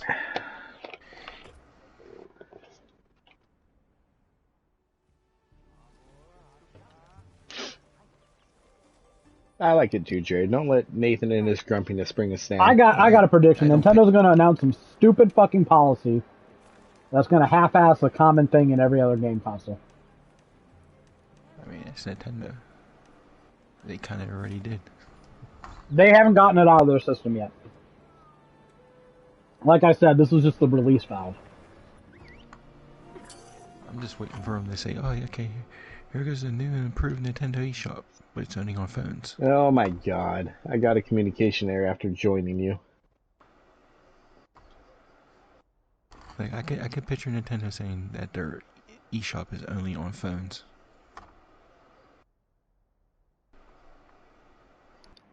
Good thing I have a phone, I guess. I mean, now I have a phone. When did you get a phone? That clocking out bullshit that I have to do for my mom's boyfriend. She bought a phone like 2-3 years ago, and it was crap. Oh, okay. Then I dropped it in the toilet one day by accident. Was it pre-flush or post-flush? No, it was post-flush. Okay. So it wasn't that bad, but it was still bad. So it started acting up, and it had a hard time connecting at the one supermarket I go to, so yeah. I was like, I'm getting sick of this. I ended up buying a new one, well, quote-unquote new one for like $100. What kind of phone you got? Samsung. Okay, good boy. Good boy. Yep. That's a weird way to say that. I'm a Samsung mobile truther. Mostly because they're just like the least offensive company that makes Android phones, and The lightning has them amped up.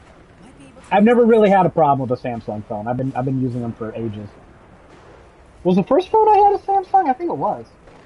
A little flip deal. I might have been on Samsung phones for the past 22 years. Samsung Galaxy A14. I think ours are S21s. I don't know the difference. I'm not planning on updating anytime soon. It works. Laura's like, Man, you're gonna kill this thing by the time I get there. my mom's like, you can get a new one. I'm like, it works fine. What did she want to do? There's some like plan It bullshit. was like some it wasn't even a Samsung phone. It was really big. And in order to get it for free, you got something. You had to switch to a different plan that had none of the protections our current one has, and it's not like a lower. So okay, years and years ago, I marshaled my family. They had a deal at Verizon. I can't remember what it was. It was one of those family plans where you could get shit really cheap for every extra line you added after one or whatever the fuck. It's a really good plan. It's pretty cheap.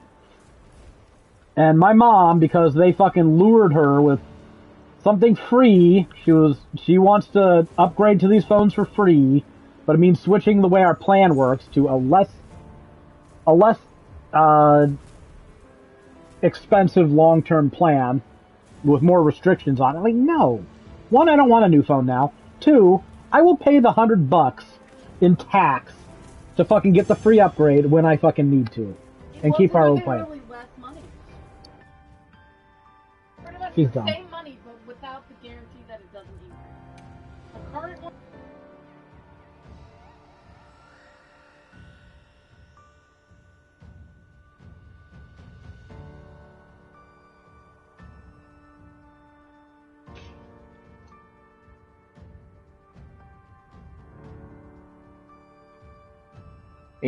Ain't nothing like showing up and carving a monster.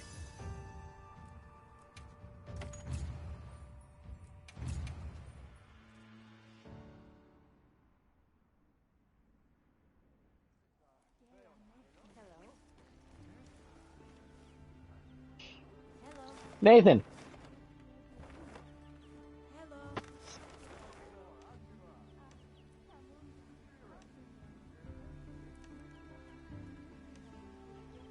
What? Check your messages. Check your messenger.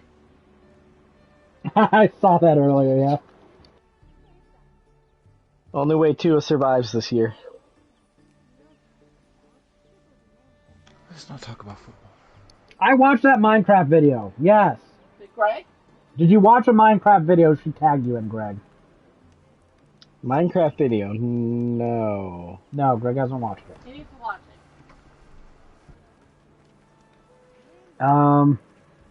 Yeah, let's talk about football.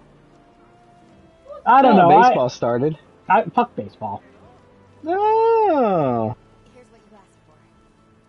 You gonna do another tempered Ray Dow? Is there one? Do it, I don't care.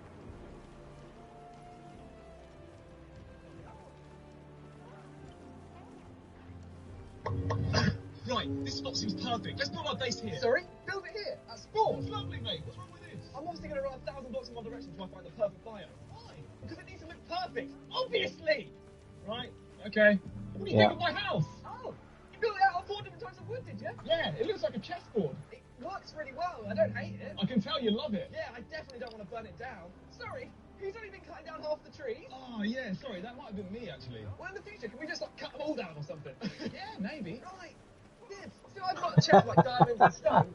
This is supposed to be where they're supposed to go, right? Oh, no, I've just been dumping my inventory in whichever one I feel like. Yeah, I can tell. You're ruining my life. I noticed you put all the animals into one pen. Yeah, absolutely. I fucking hate it. What the fuck happened here? Oh, yeah, a creeper exploded. I know what it fucking is. Why'd you leave it? Yeah, I might get to it later. What do you think of my armor? No! Bad you! 1, 2, 3. What are you doing? Oh, I'm just meticulously finding out every single measurement of my house before I start building. Why? Because I'm not mental. Right, this spot seems perfect. Let's build our base here. Sorry? Build it here. At Sport. It's lovely, mate. What's wrong with it? Yeah, that's pretty perfect. Greg's just sitting here chuckling at his own bad behavior being reflected in this video. Yeah,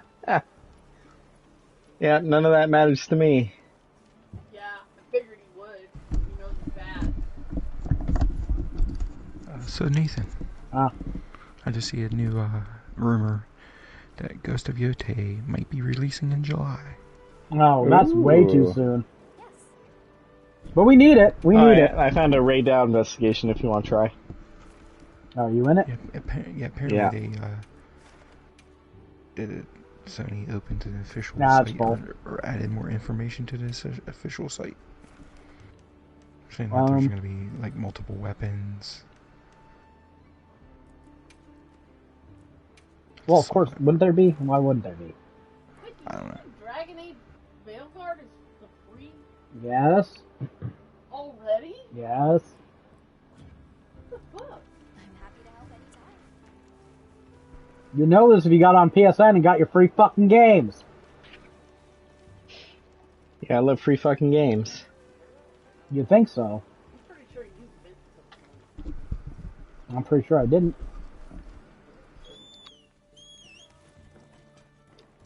Oh, this guy's getting beat. I don't know. We're gonna see Mario Kart. We're gonna see lots of fucking sappy Nintendo bullshit. We're gonna listen to that snap sound about 5,000 times. I want a new 3D Mario game. Yeah, it is about time for one. They did Odyssey for the Switch in the very beginning, so Let's have another 3D Mario. Let's have another Mario Kart. Let's have another Smash. Let's have another fucking Zelda. Let's have all the same shit we already fucking have, but a little bit glossier this time. Teeny bit glossier this time. Sure, it's all still gonna run at fucking 20 frames a second, but what the fuck ever. You're gonna buy it anyways. Oh god, DSP played that, Copy sounds paste. like DSP. Oh, Inzoy? Yeah. I saw a picture of the character he created, and it's him. Why would you make literally the ugliest thing you possibly could? I don't know. Okay. Look, I'm not a fucking model, right? But why is he so disgustingly ugly? Let's ask for an opinion. How ugly is DSP, Rebecca? He just looks like a thumb. He looks like a thumb. It's his cheeks. Why are his cheeks like... He's got a little strip of fucking, like, jowly cheek going from his fucking eye, like, the corner of his eye, down forming an L on his face. Like, what is that? You've also shown me Cyrax, so I'm like, DSP is like a 3. DSP is like a 3. Okay, well... Cyrax is a 1. Yeah. I mean, well, Actually, if I could go below 1, he'd be a 0. there are levels. That is fair. So, like... His quote-unquote beard is just hideous. It's a half-gray salt and pepper goatee, but it's, like, thin in parts, and it's gray in parts, so it looks even thinner in those parts, and it's just... It's bad, man. Like... It's the kind of fucking goatee that you grow when you're, like, 17, and it's all just, you know, the testosterone just hasn't filled that part of your face out yet, except, you know, most of us fucking get there, right? And then you can grow a proper goatee, and if you can't grow that proper goatee, you just have, like, a soul patch, or you just have the thing, because you look terrible if you've got, like, if you've got the shit on your chin, and you've got the shit on your cheeks, and there's, like, a fucking aisle of fucking nothing that you can drive through, you know, between the two. Like, no, don't do that. It looks terrible. And GSP never got enough testosterone to fucking grow a full man beard, apparently, because he just doesn't have one. He's still in that, I'm 17 and I'm growing my second beard ever phase. And it's like, dude, that looks like shit. What are you doing? I got here and I immediately trapped it. You know what he looks like? He looks like, there's a small period of time when Chris Chan decided... I was gonna say, you kind of look like you could be like Chris Chan's brother. There's a short period of time when Chris Chan decided, actually, I'm not autistic and I'm not an idiot, and I was actually trolling the trolls, so I'm going to dress like Chris Chan is weird. Like, at some point he knew what he could do to make himself look more attractive. He started wearing those shirts where he'd wear, like, the long sleeve shirt and then the short sleeve shirt over it, and glasses, and he grew, like, a goatee right just here on his chin. I'm saying that for your benefit, woman. And, you know, he was still Chris Chan, but he looked like a Chris Chan that wasn't dressed by his fucking parents, you know? He could have passed for a dude. And that's what DSP looks like. He looks like a fucking dweeb dressed by his parents who's decided to grow, like, a rebellious first goatee. He's such a I just hate his, like, little jowly fucking face flaps. I don't know. Why do you get obsessed with these men? Why not? Would you want me to get obsessed over women? No, she's got a point. You got problems. No, I'm not. It's boredom. It's Jared's fault. You know what it is? It's me writing a lot of fucking guide pages, not having the attention span to watch a movie or watch an anime, so I instead want some filler fucking YouTube shit on the background. Yeah, so you listen to fucking retarded people. I listen to retarded people get called out by other retarded people. That's exactly what I do. You're right. And I have to pay like 5% attention, and it's amusing enough. Their sounds are grating. Okay. Well, I'm not fully listening to it. I don't know what to tell you. But you're infecting the whole house with this obnoxious... Well, you're just gonna have to fucking... She's got another point. You're just gonna have to cope. I'm just gonna have to start drowning it out with stuff you don't like. You're just gonna have to cope. Okay? Well, your music is worse than listening to Cyrax. No. Your K-pop shit. Your K-pop shit is worse than listening to Cyrax sing badly. Musically, that is worse than Cyrax. That I listen to. Yeah, This it is. is It's called healthy. K-pop. Jared, this is healthy. No. It's like boy band bullshit from the 90s, except you can't understand what they're saying. K-pop is still better than Cyrax. No, Cyrax has a banger. He does. No, it's not good music. It's funny because it's fucking stupid as shit. You used your weight against me when I fought you. That's so cracked up. Okay, so about 2 years ago now. All right, Cyrax is a little goblin man that lives in the attic of his mother's house. It's technically his grandmother, but he calls him his mom because his real mom is a retard who died in a house fire. Anyways. Big oofs. Big oofs. His dad's a fucking rapist. He spent 25 years in jail for abducting a girl off a bike path, 14-year-old girl, and raping her on a bike path. So this is a fucking spawn of a retard and a rapist. And he was like, she was also a fucking like dire alcoholic. So he's got that fucking fetal alcohol syndrome look about him. And he's really short. Like he might even be shorter than me. He's like 100 pounds soaking wet, snaggletooth, fucking disgusting human being. Like, you look at this and you'd be like, okay, that is a legit goblin. I'm not even fucking lying. You don't understand. They call him the Goblin of Akron, and that is the fairest fucking name you could call him. And he thinks he is going to be the next big, well, he picks up hobbies as just, he gets into things. He's going to be the next big e-racer. He's going to be the next big rapper. He's going to, whatever. But he's consistently believed that he's going to be a music artist. He's going to be a streamer, streaming music and gameplay and all that shit. He's multi-talented, right? And he also has another habit when people troll him, because he looks like a freak, he acts like a freak, he's a pedophile, he's been caught multiple times messaging people he thought were underage and sending dick pics and shit like that. Don't feel bad for him. He's a piece of shit.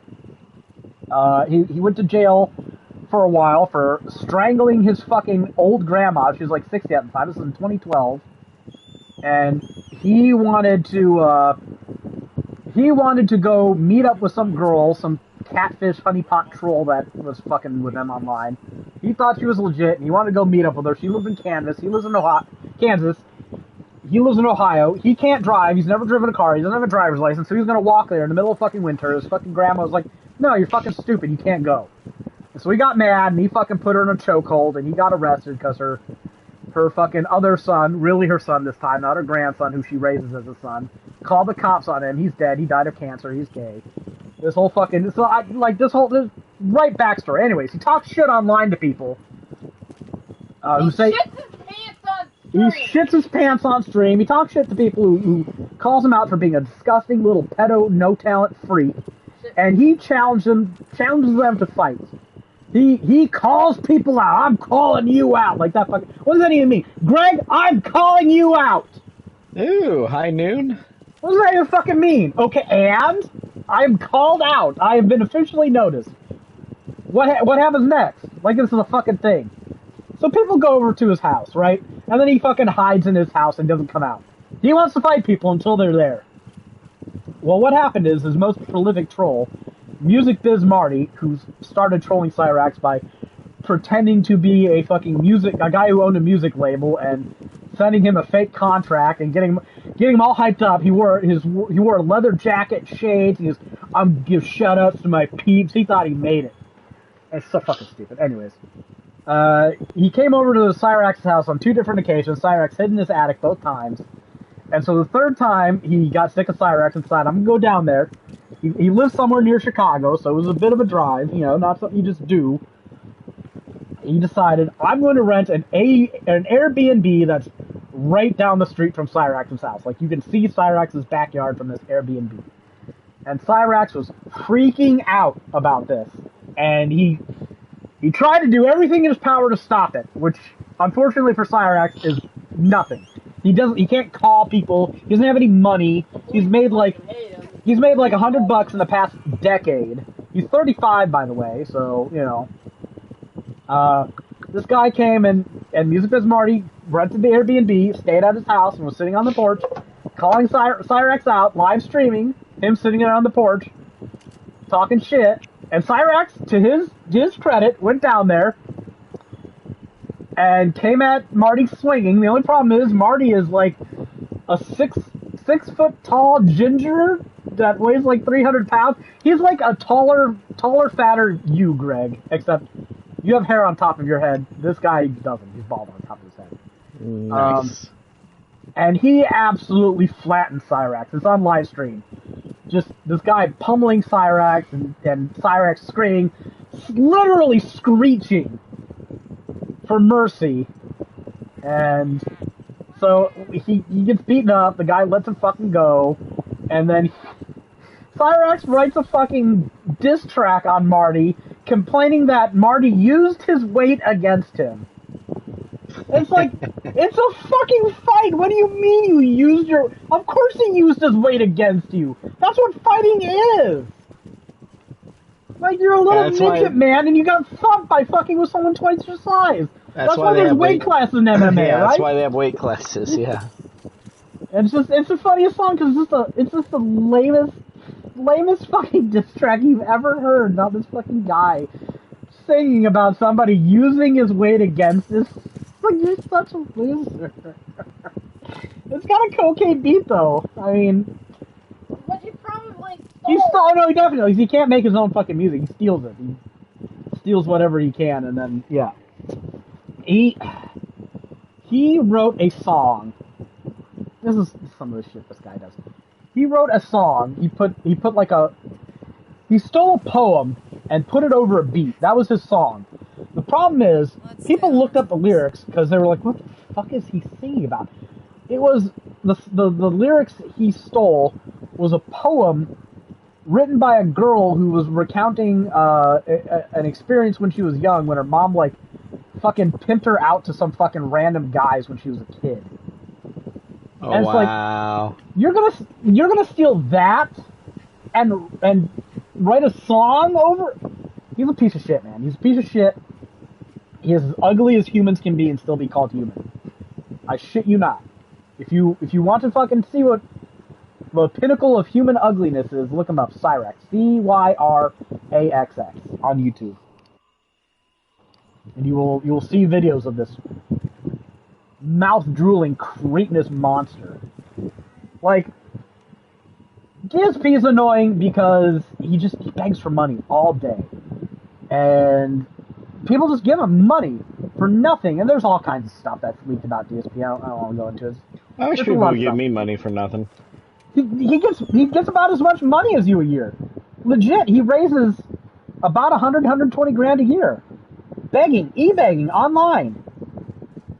It's sick. And the people that are donating money to him, I suspect a lot of them are not fully functional with their faculties. He's grifting a lot of disability checks. And he just begs. He begs and begs and begs. Guys, we're not getting any support. I don't know. I'm going to have to stop playing this game. I'm not getting any support. He'll get $1,200 one day, and then the next day he acts like it never happened. Yeah, he treats his audience, right, by eating food for them on stream. You give me $150, and we will move one step closer to the goal of me buying a Rally's chili burger. Because don't you want to just spend $1,500 to watch me eat a Rally's chili burger? What is this doing for anybody fucking else?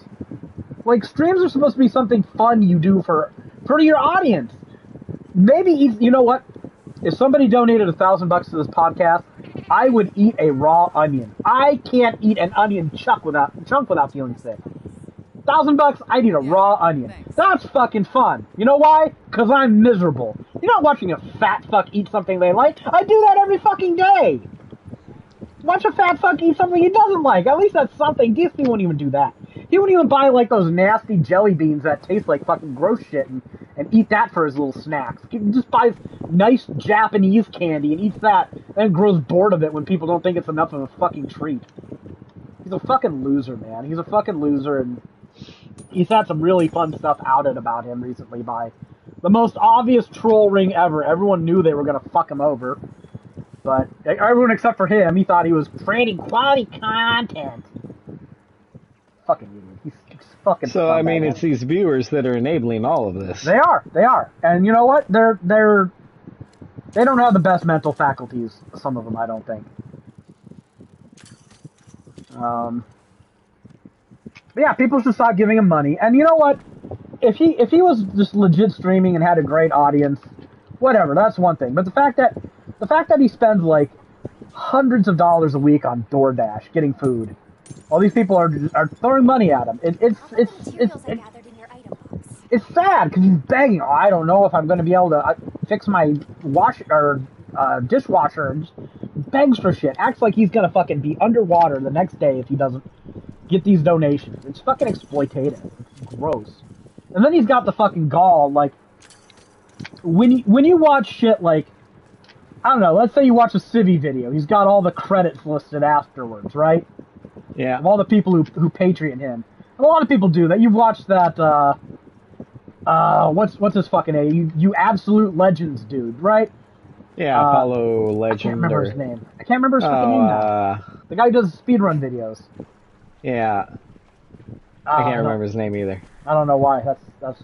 Anyways, they kind of fluff your ego a bit. They thank you for it. No, DSP doesn't do that. He's not thanking his legendary viewers in wheelchairs and disability for fucking donating their fucking drug money to him so he can fucking avoid having his fat ass wife have to cook him anything and just fucking DoorDash fucking McDonald's to his house. No, he's not doing that. He's got the king's tax. See, he's the king of hate, so he's got the king's tax. And that's what you're donating to. You're not donating, actually, out of fondness or charity. You're paying your tax, peasant. Legit, that's what he calls it, the king's tax. And then when he hits his goal, he plays a little theme and has fucking, like, animated money ring. He's disgusting, man. He's a piece of shit. He really is. He's a piece of shit. So... it is fun watching him fucking complain about Street Fighter. Like, I'm just making up every fucking excuse he can for why he's losing this game. The netcode! Drop my inputs! Just shut the fuck up. You love this way too much. In fact, I'd go so far to say that you're helping to enable all this. Maybe, but I haven't given him any money, so... and I've never watched any of his streams directly either, so... Well, he started playing Street Fighter 6 on Xbox. He complained about the game there. You know, the usual excuses, as Nathan just described. Then he bought the PlayStation 5 version and bought a $300 joystick, fight stick that he literally like bangs on it like a fucking toddler. Hoof smashes is what they call it. And same excuses whenever he lost. And then he bought a PC in the game on that. He bought 2 PCs! He bought one PC to play the game and another PC to stream it. And he pretended that they were gifted to, at least one of them was gifted to him. No, they weren't. No, they weren't, you lying fat fuck. And then he bought another fucking joypad with it because his first one, because he tried to take it apart to fix something and then I guess fucked it up or decided it was defective and bought another more expensive one. Still losing and still. Yeah, his win-loss record hasn't changed. He's thrown about $8,000 at this game for his own fucking ego, and he still sucks. He still fucking sucks. He can't set up like a fucking a mic with a boom arm on it. He can't do any of this shit. It's all incompetent. I'm competent. When he fucks something up by twisting the wrong thing too hard, oh, it's the fucking shitty manufacturers. They just don't know what they're doing. When he can't fucking hit an input on a fighting game, shitty Capcom, the rollback netcode. Can't take any responsibility, can't take any criticism. He's miserable, man. He's a miserable cunt. That's coming from me. He's a miserable little bitch.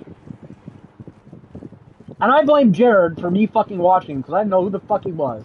Until Jared started to fucking wave his hate boner around.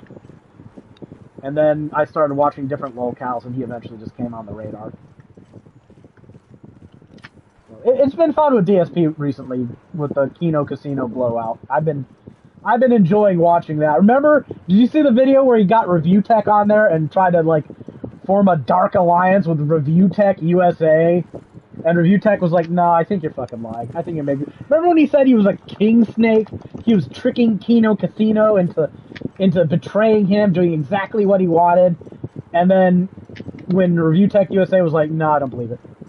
He kicked Review Tech off the fucking show, and now he doesn't want anyone to fucking mention Kino Casino. Yeah, that's what you would do if you planned this whole time, right? No one mentioned them. You're banned if you mention them. They're blocked words in this chat. Shut the fuck up. This is what every lolcow does too, though. When they get fucking owned by somebody, when they get caught out, they go, "Well, I meant for this to happen." No, you didn't. Shut up. Just cope. Just cope. You're a fucking idiot.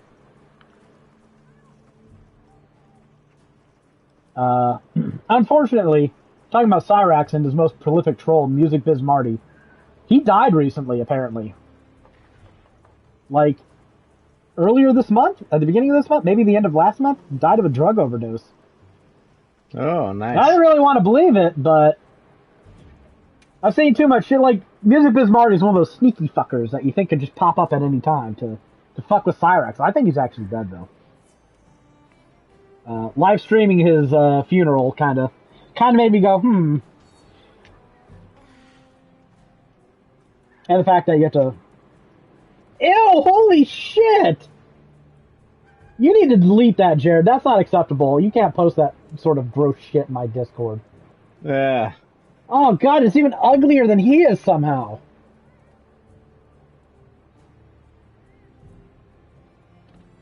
I know you just ate, Rebecca, but... Oh, it's on my other screen. I'm trying...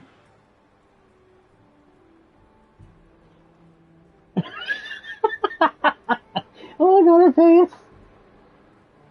He was able to make his own ugly self in a game? What game is that? That's that Korean Sims game I showed you the other day. Yeah, you're able to actually make decent looking characters in that, and this is what he makes? Why would you make yourself? Especially if you're that ugly. Like DSP, why would you make yourself? Why would you not be anyone else? See, he says right up here, King's tax, $92 out of 150. How big is the actual forehead? Holy shit. No, that's because DSP is losing his fucking hair. These storms might be passing over us. I don't know. They're not here yet. See, one of my friends on Facebook is we went to college together. He's a fucking pastor and really likes storm watching. And so I get all my weather shit secondhand from him. Unless my mom thinks it's funny to call me and say, "Did you die?" But it's usually a little late by the time she does that shit. Jared got me to go ranting about DSP. God damn it, Jared. Oh, we got some new Udra hunts. I'm gonna do those. Somebody I went back to Dave. Oh, okay. Somebody find a giant crown new Udra. I need it. Is that where you're button mashing? Yeah. So you got one crown today? 2. Okay. 2? Now commencing quest by order of the guild. Wait, no, I think I have the right gear equipped. I need to eat a meal anyways.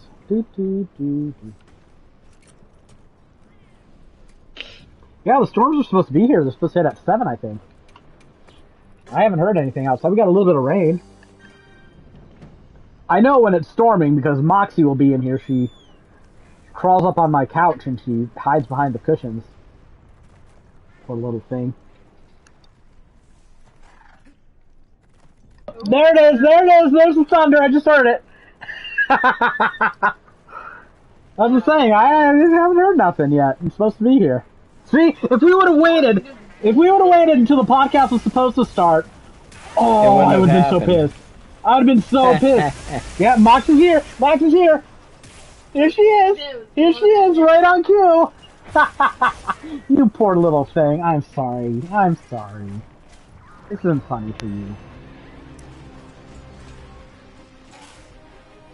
I want to take a picture of her. I don't take any perverse glee in seeing this little old thing afraid. She's so tiny. She's so small compared to the other dogs. Like, I know she's only like 10 pounds lighter than the boys, except for Yangus, she's about 15 pounds lighter than him, but when you're a Corgi and you're pushing like 30, 35 pounds, those 10, 15 pounds are a lot, man. Like, her head is 50% smaller than the boys.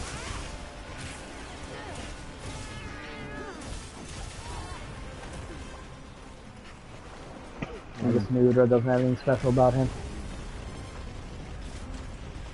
Oh, no, I didn't want to do that. No, I wasted my charge. No, I'll get it back. I'll get it back. Yeah, I should probably just have tortillas. I'm not sure I can count on the power staying on to make anything else. Ooh. Oops.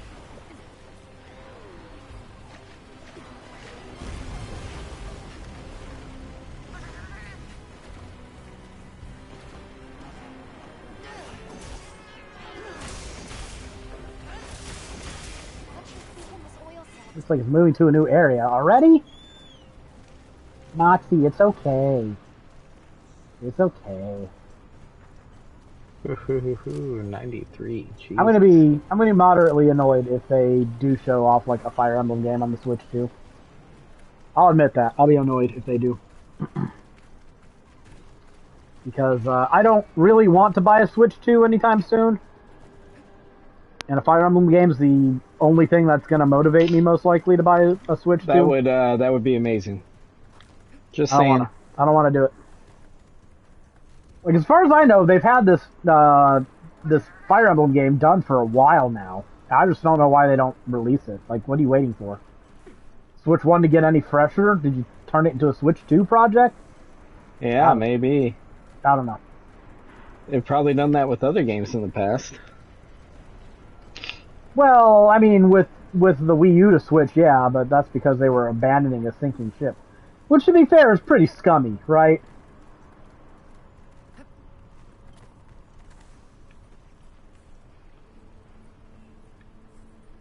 You gonna try to capture this thing? What are we doing?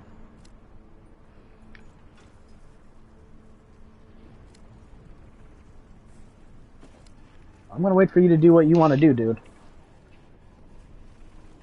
Moxie's not shivering yet. She's hiding, but she's not shivering. You're shivering, I'll kill you. No?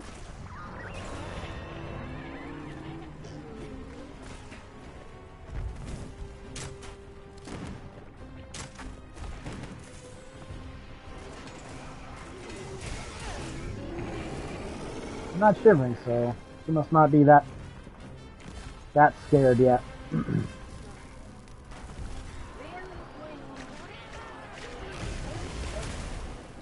Yeah, she's right here.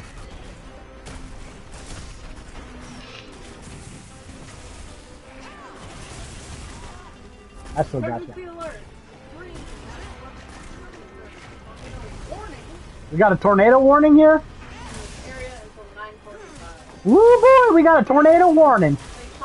Nice.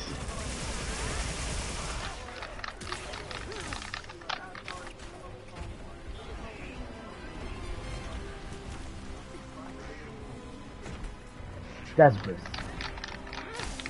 Yeah, we don't have an interior room in this house. We've got a hallway. Oh, my shield lost its charge. No wonder I wasn't doing that. I thought I was doing that.